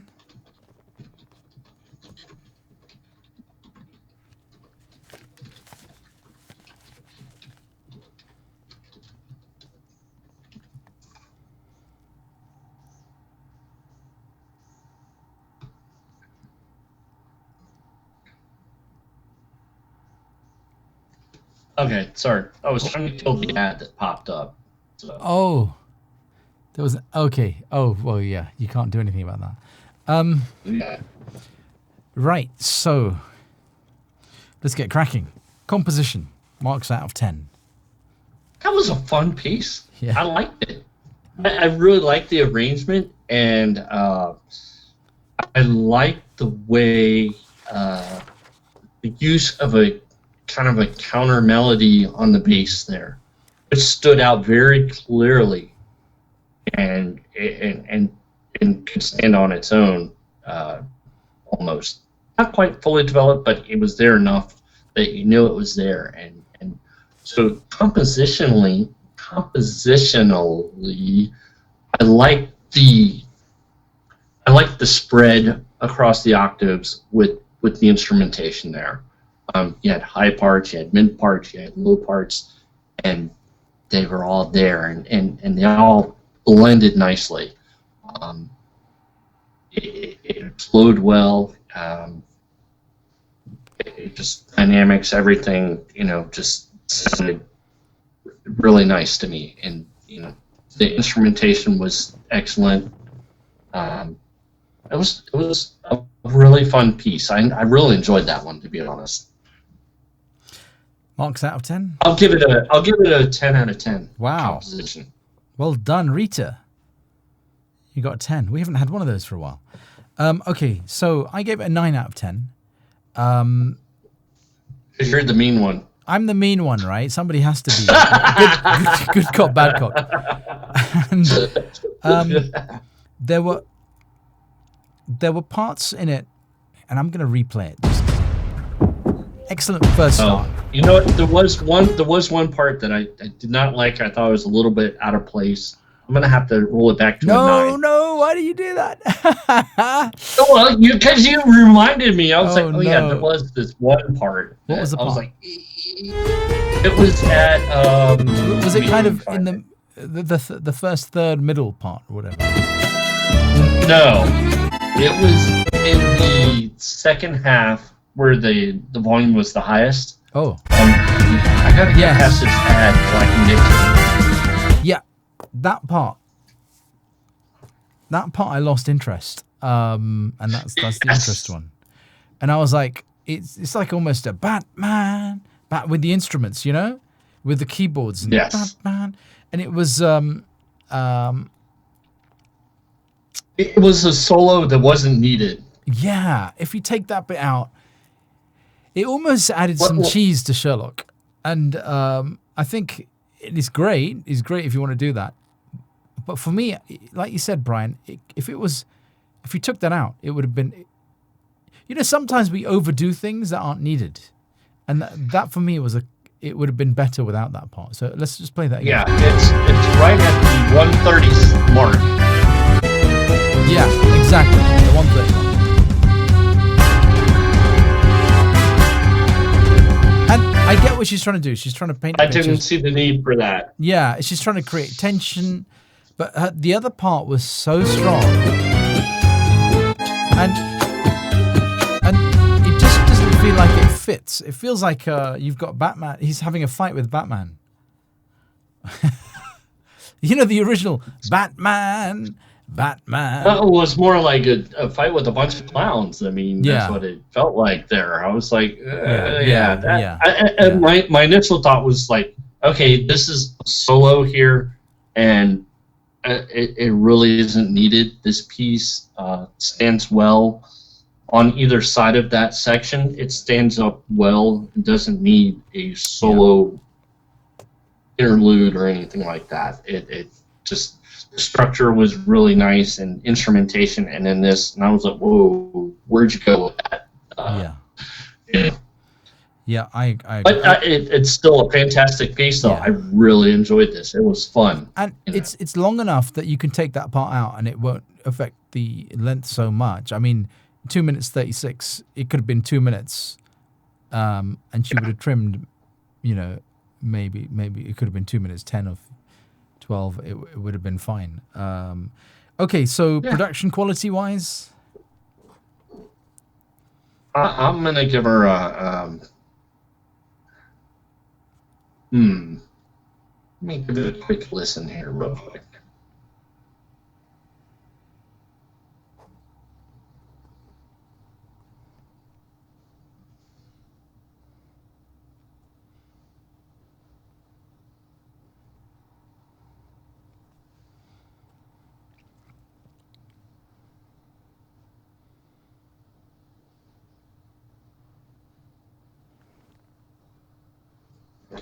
Okay. The mix was pretty good. I felt it was missing something.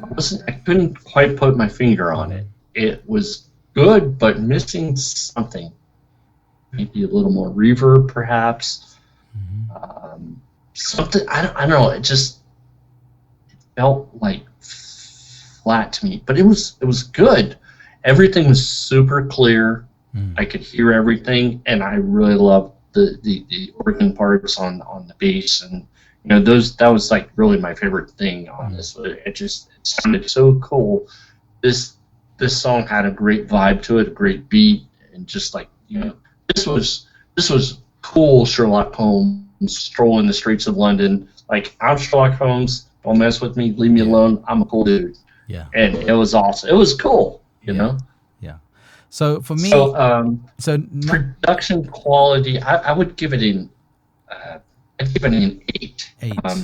8. Instruments were obviously not top VST quality type instruments, but she did a fantastic job of making it work. Yeah. Which is where it comes back to the point of you don't always have to have the best samples in the world. Yeah. If you can orchestrate well, but she did in this case, she orchestrated what she had very well, and it sounded good. It sounded really good, in my opinion. Yeah, I mean, so I that's agree. where orchestration comes into play. I marked her a 9 out of 10. Where she lost me was the whole. But everything was so crisp and clear. I agree. There's something missing. You see, it was just that middle part, and it just felt like there was a clash of the instruments were fighting for each other, and maybe that was what she wanted to create tension and fighting. That part, she's going to dock a point off that for me. But other than that, I don't know what she could.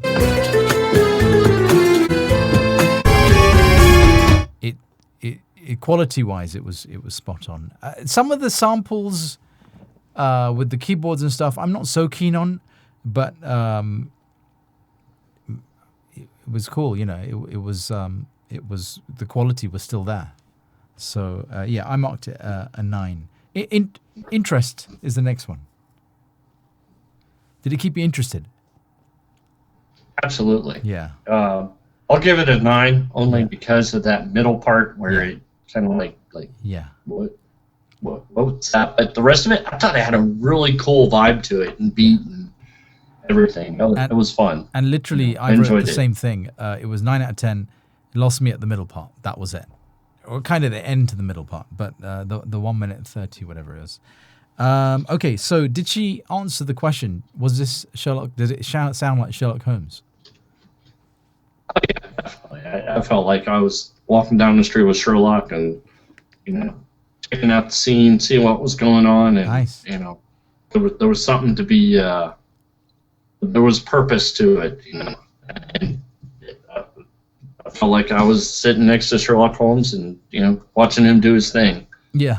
Marks out of 10? It was, I give it a 10. Wow.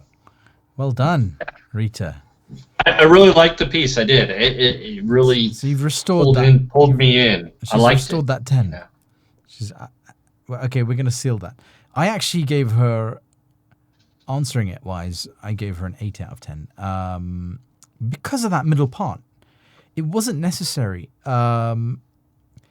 It was more painting a picture and it was creating a scene of something which wasn't necessarily related to Sherlock. It could have been related to anybody.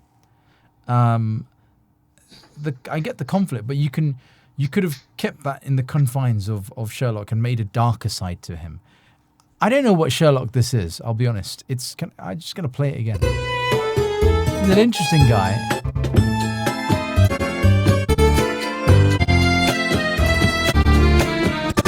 You know what? That darkness is in the bass line. Right. If you go back to let me find it.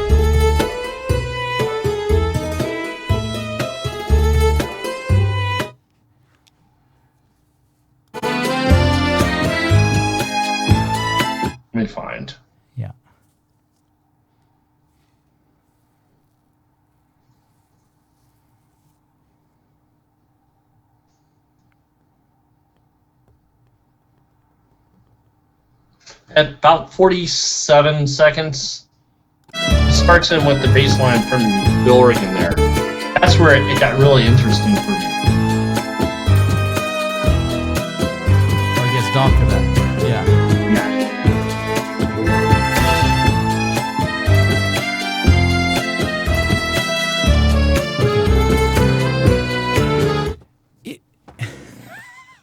It reminds I'm not trying to color. I'm not trying to of color Herman your Munster. opinion. What? Oh, you're sticking Herman Munster? Doesn't it remind you of Herman Monster? Look, listen to it.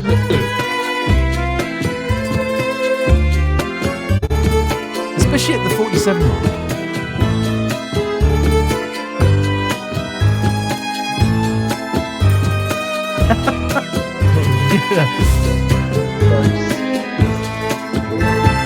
I could see that on the Monsters, perhaps, and his goofy grinning face there. But Rita, if we do a Herman Monster theme, you're gonna have to rewrite something else. You can't use this one.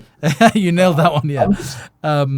Okay, so total marks. So she got 37 out of 40 from me. 10, 9, 18, 27, 26, 36. So that is, what have you got? 13, 63. 63 out of 80, which, wow, we've got a tie. So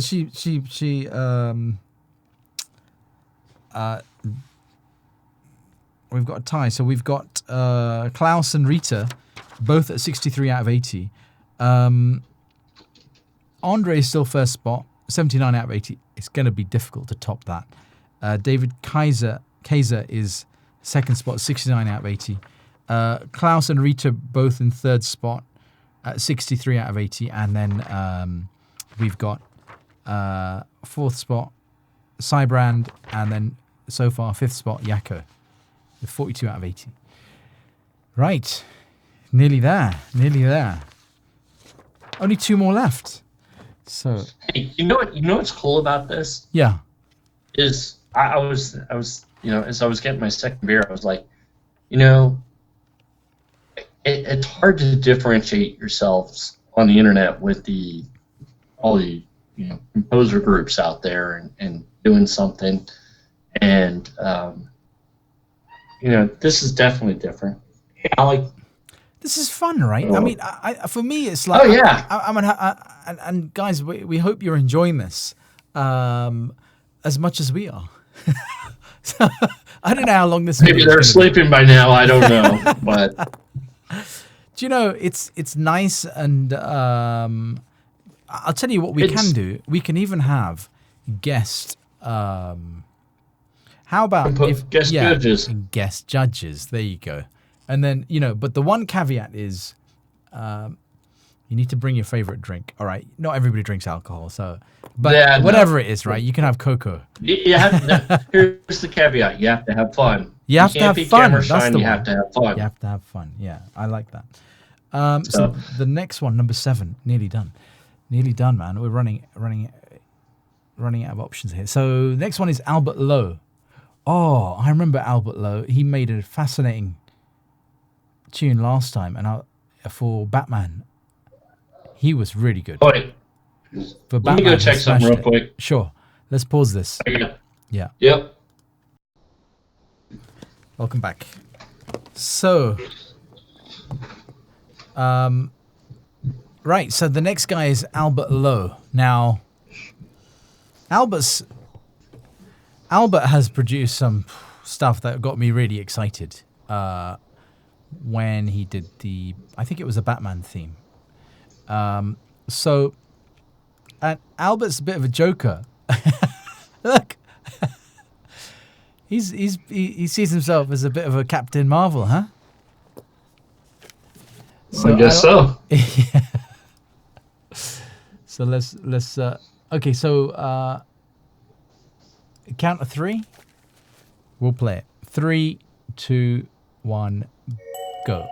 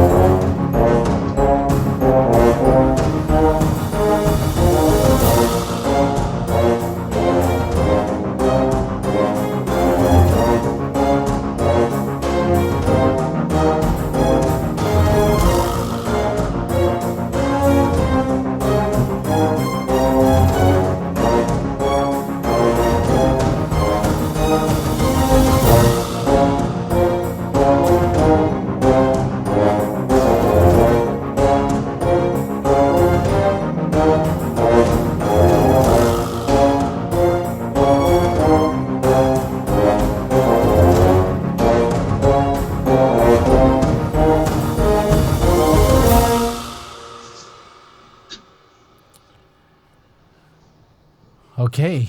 Ooh, actually, I haven't marked everything yet. Because that was pretty short. I was. I don't know. He really outdid himself last time, and I had higher expectations. Sorry to say, Albert. I'm just gonna say it as it is.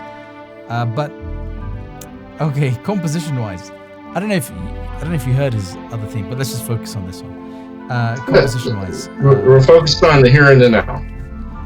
oh, something else is playing. Sorry, say that again. I can hear you. Well, we're focusing on the here and the now. Here and the now, exactly. What did you think of? What would you mark him out in a composition? Composition. The beginning of the piece made me think of Stranger Things, kind of a almost an '80s synthy vibe to it in a way. And then when the brass and everything started going, it felt more heroic.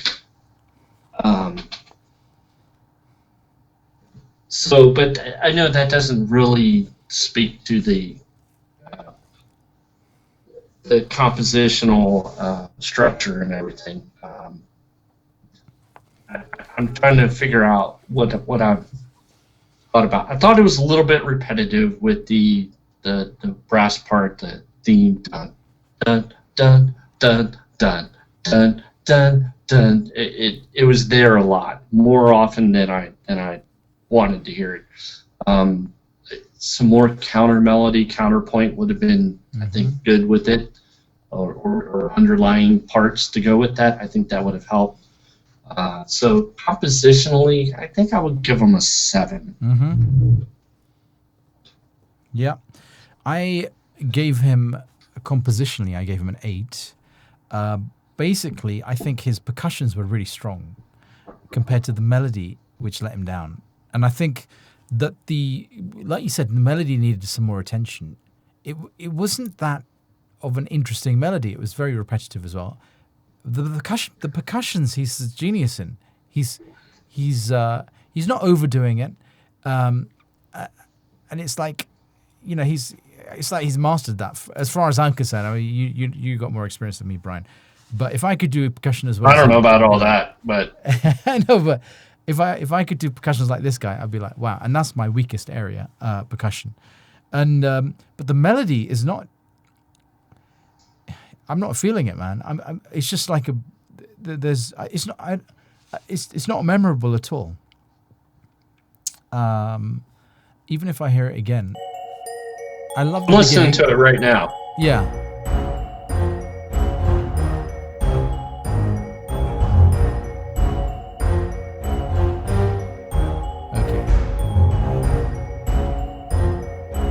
Does the right things, I think. Yeah, he does the right thing. Melody, it just doesn't grab you. Yeah. Maybe it's the dynamics, the orchestration. There could have been more there. I think maybe it's a little bit too thin in the orchestration, I think. Yeah, and the melody doesn't go anywhere. It's like the same thing.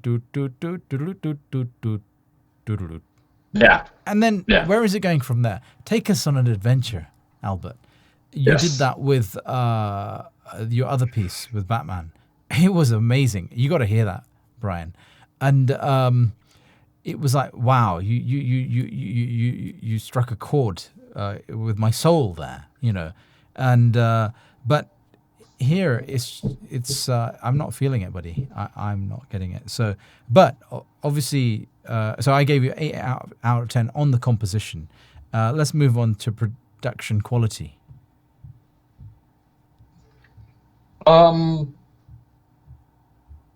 Samples could have been better. Which samples specifically? I try not to. Do you remember? Do you want to play it again? Yeah, I'm going through.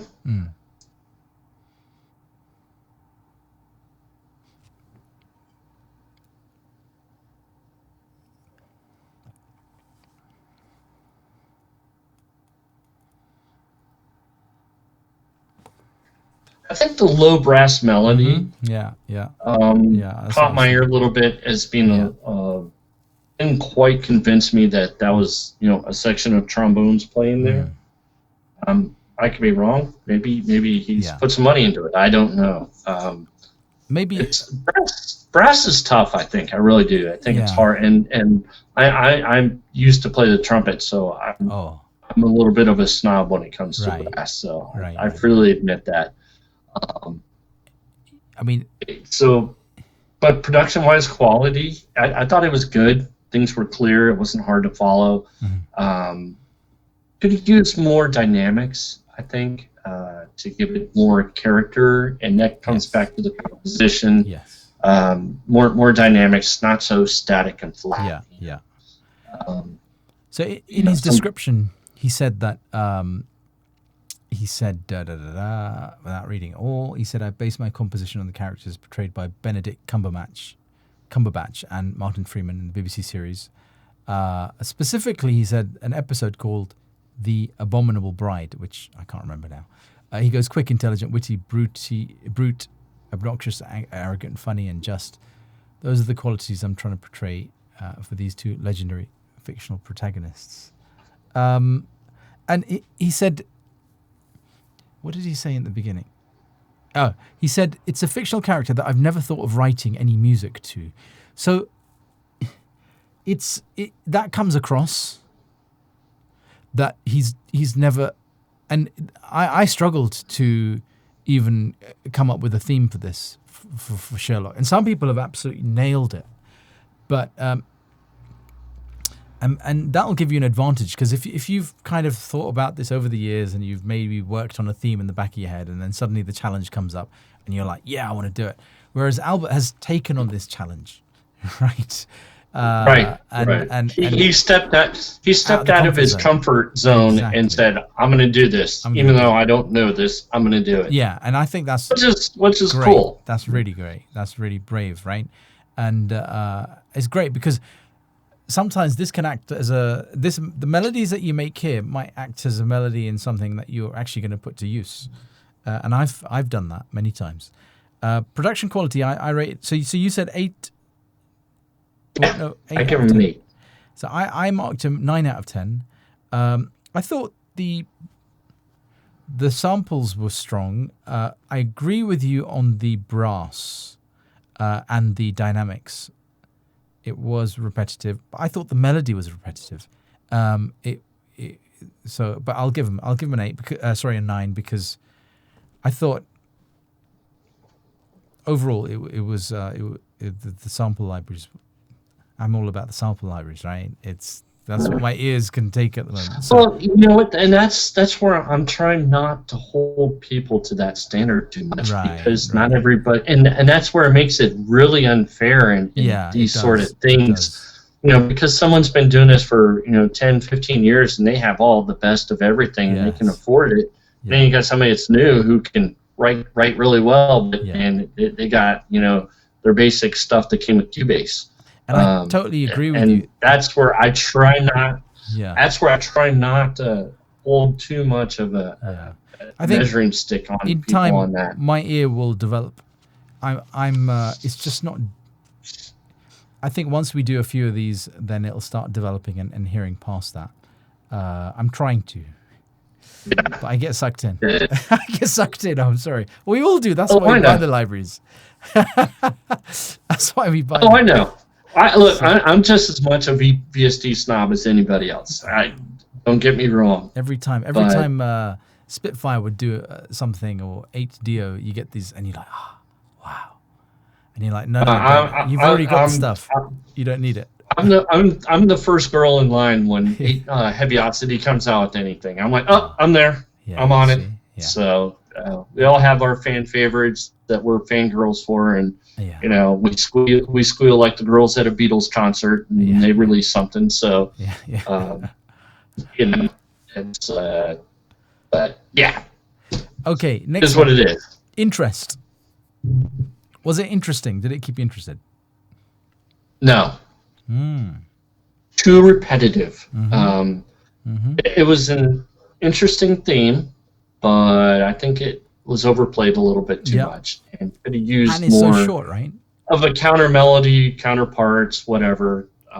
just a little more variety, and it would have kept my interest a little higher.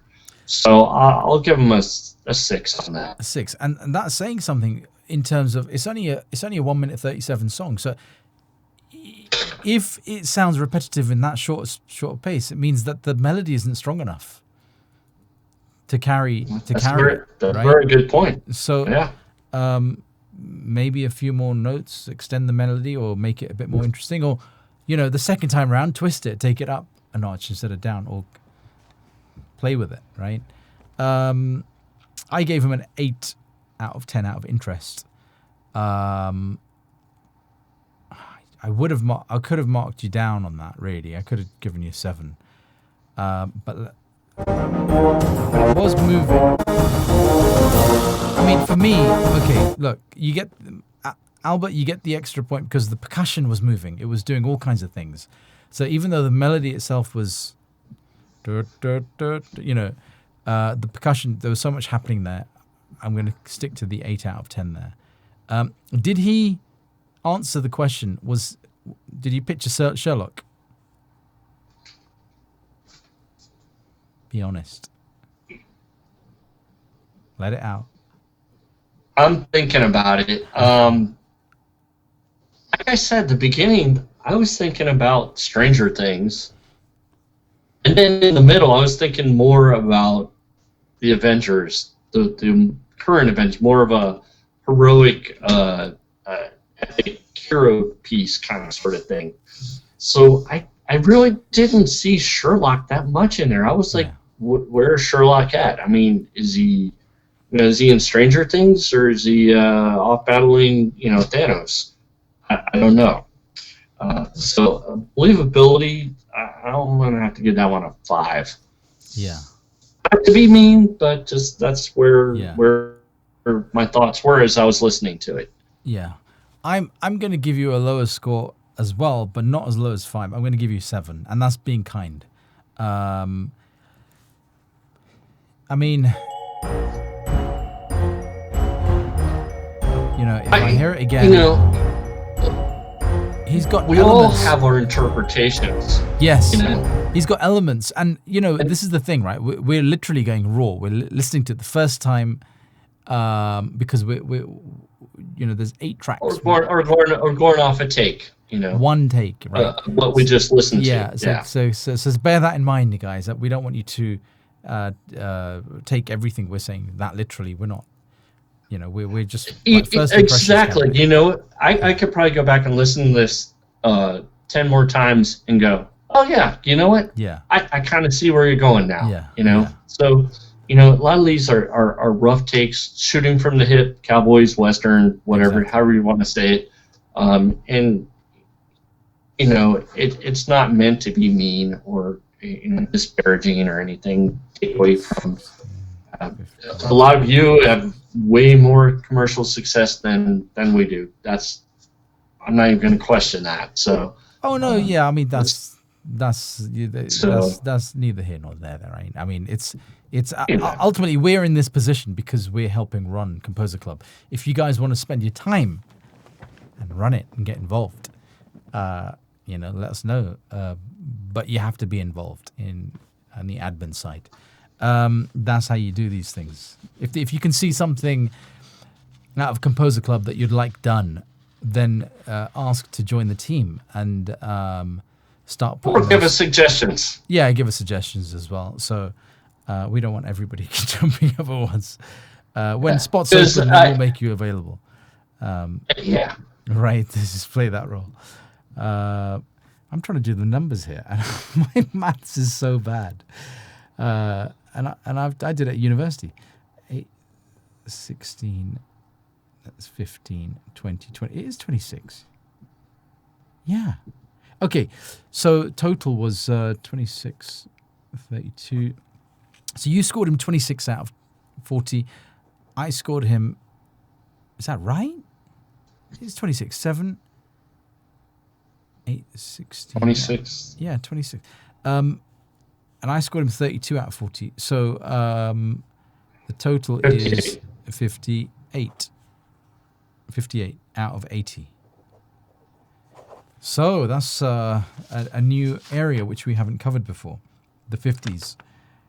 So that leaves Albert in kind of still Andre first position. Second position is David Kaiser, solid there.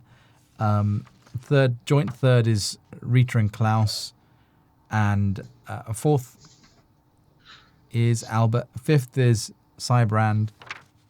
And then Yako, you're seventh so far. So let's see what happens. Drum rolls. This is the final one, guys. So,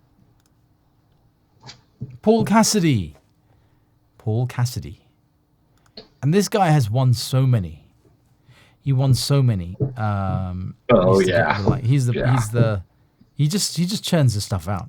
It's like no sweat. Actually, Paul's been with Composer Club for a long time, and he's like one of the original people that came into the group. One of the original characters that he adds something to the room when he walks in, and he's busted our balls when it needed to be, and at the same time he's very supportive to everybody else, and nice. He's helped me a lot with my music and production, and just listening to him and some of the pointers he's given me is amazing. So he's a really fantastic composer, and so I hope you don't feel put on the spot. No pressure, Paul. No pressure. Or Brian. No pressure, Brian. No, I look. Paul, we're gonna have to mark you down just based on the fact that Brian loves you. Yeah, sorry, you get -10 just for that reason alone. So to give everyone else a chance. But to be fair, Paul would drink a beer with us, so I think we can give him a +10 back for that. Oh, so. Nice. Okay, so and you know what? So we start even, Steven. It'll be good to have Paul being a guest judge on this if he's interested. Okay, let's click it, and I'm just gonna read what he said. He's had 7 likes, 45 plays, pretty good ratio there. This is a rough idea I have for the character Sherlock Holmes. I love the way he said that. This is a rough idea, guys. This is not a serious piece. I'm just kind of going in this direction. It was for a challenge for the composer. Okay, so that's all he gave. 3 comments. I mean, he's got fans, right? He's got 374 followers. He's good. So, an established guy. So, let's play it. 3, 2, 1.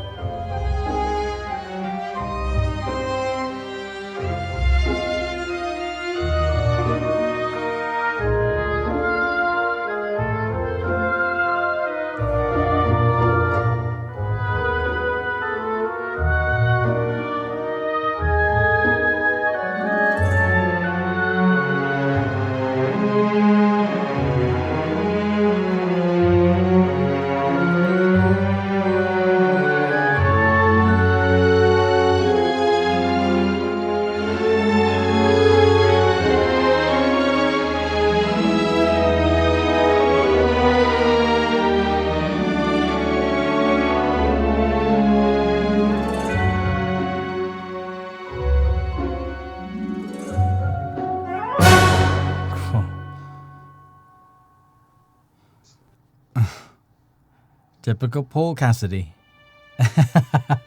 He knows how to do it. He knows how to do it.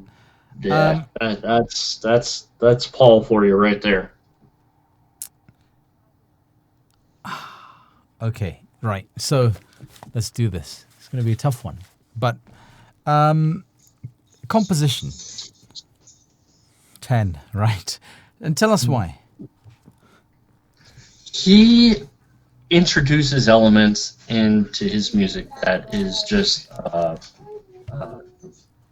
notch above what most people write. Yeah. He has exquisite little details, and it's always interesting it's compositionally sound, and he just does the little things that make a piece sound great. Those little nuances, and he is a master of that. He really is. It's amazing listening. It's really a privilege to get to listen to him sometimes. Yeah. It's amazing stuff he writes. So I give him a 10 on that. Yeah. I mean, I wrote down. There were parts in it was like, whoa, is this could be part of the film E.T. because it was like that magical. Yeah, you can't. I mean, compositionally, he's fantastic. 10 out of 10. 10 out of 10, Paul. Cannot. Because it's so, like you said, there's intricate detail in a different variety of instruments, and they all fit together perfectly. It's like you just chuck everything in the air, and you chuck a jigsaw puzzle, and when it falls down, it's like a perfect piece. So. Oh yeah, wow. No, he takes a jigsaw puzzle, throws it up in the air, and it lands, and it's all put together. Exactly. Yeah. He's that good. And it's just wow. Production quality. 11. It's just it really is that good. I mean, there's nothing to question, to wonder about. Like, why did you do this? Why did you do that? There's excellent production decisions every step of the way. It's clear. It's not too loud. It's very pleasing to the ear. It's got a very warm sound to it. Very cinematic feel to it, actually, which I liked.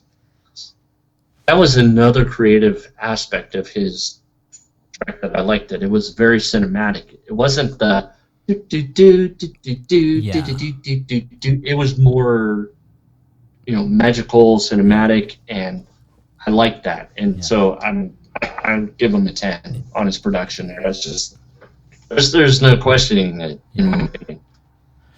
Top-notch VSTs and sound, everything. Mastering, exactly. 10 as well. Nothing more to add. I don't have any more to add there. Well, we know what this is going to be. Did it keep you interested? Oh, absolutely. All the way through. It really was. I mean, that's just it was for such a short piece. Mm-hmm. You got a lot of mileage out of a short piece there. Yeah. I guess the only thing I would knock it for is being a little bit too short. Yeah. Actually, that's what I felt as well. It left me wanting. It left me wanting for more. Yeah. But so I think I would have to give him a. Because you got me so interested, and then you left me hanging. That was a great ending. You left me wanting more. I'm gonna have to give you a 9 on that. Yeah. Because I wanted more. I'm selfish. I'm mean. I'm greedy. I wanted more. Yeah, and do you know what? I'm gonna agree. I have to agree with you there because it was. See, that's the downside of giving us so much detail, so much variety, and putting it together, and it's like, and then it just finishes. So let's just hear that.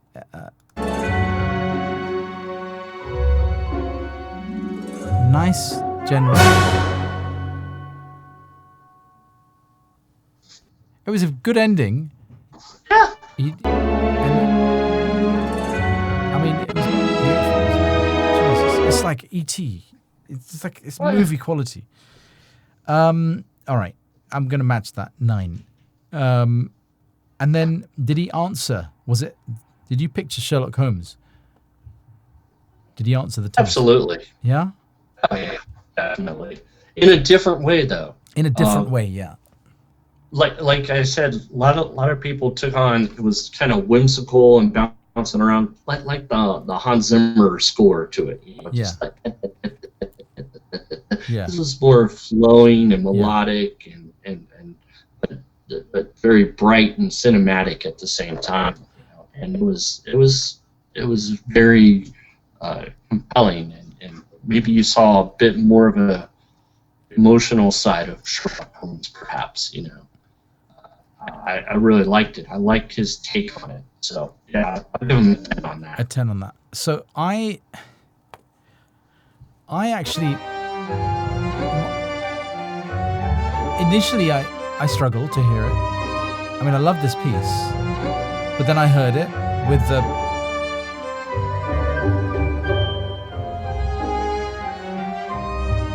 it's almost like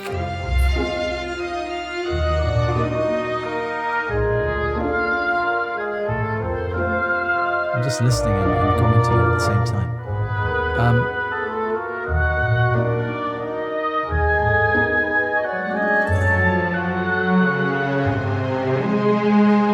I mean, the melody is so strong. You know, when you compare it to other things, did it answer the Sherlock Holmes? It made me. It did have it had a hint of Sherlock Holmes in it. It wasn't like a heavy shot of Sherlock Holmes. I was going to say. It wasn't a heavy shot of Sherlock Holmes. It wasn't a heavy shot of Sherlock Holmes. It was like a delicate.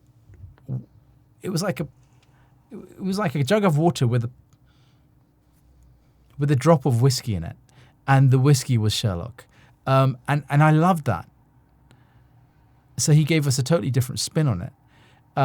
So it's really difficult marking this because it's like, there's beauty in that because it's so subtle. It's subtle, right?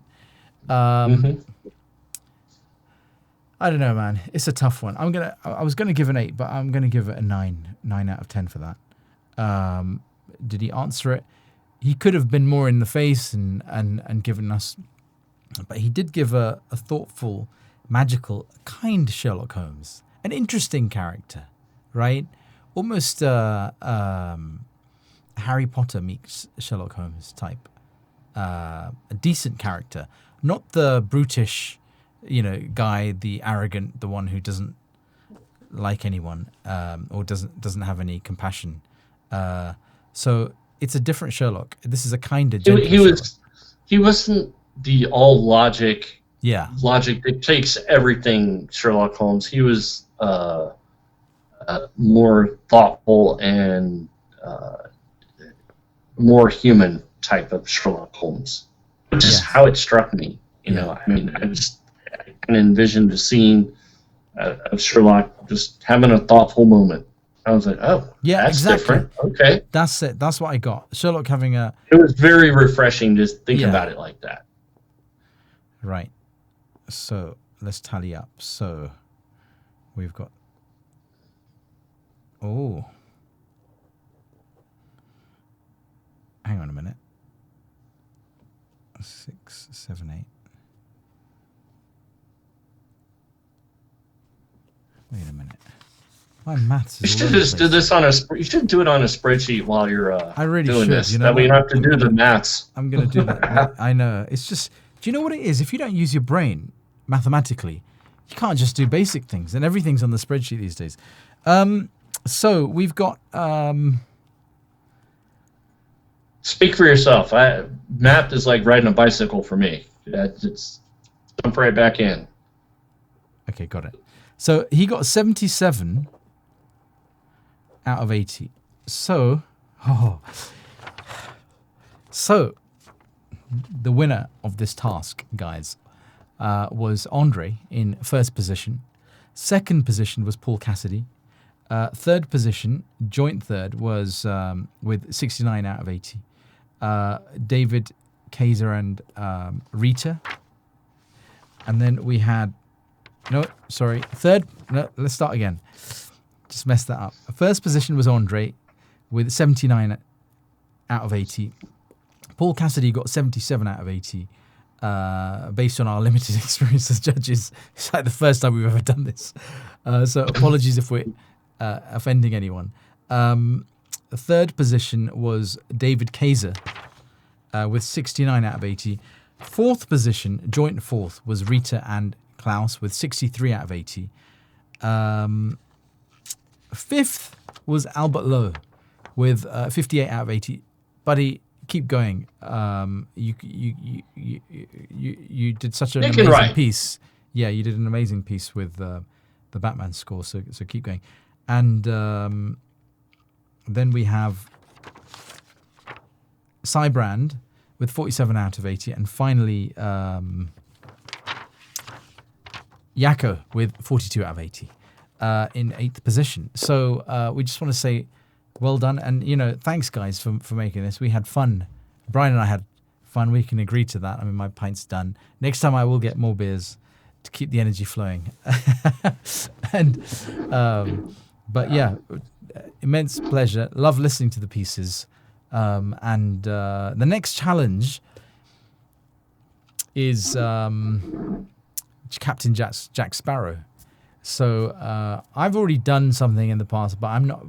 Paul, as Brian and I aren't allowed to, because if you're a judge, you can't get involved, and as admins, we don't want to be biased or anything. So we can't produce music in it. But I might post my take on Captain Jack Sparrow but I won't take part in the competition. I don't have a problem if we post something in there. Just, like, hey, this is like one of my favorites. I have no problem with that. Yeah, but we just won't judge it or include it in exactly. judging. Yeah. And that's kind of like easier as well on the one side because we won't get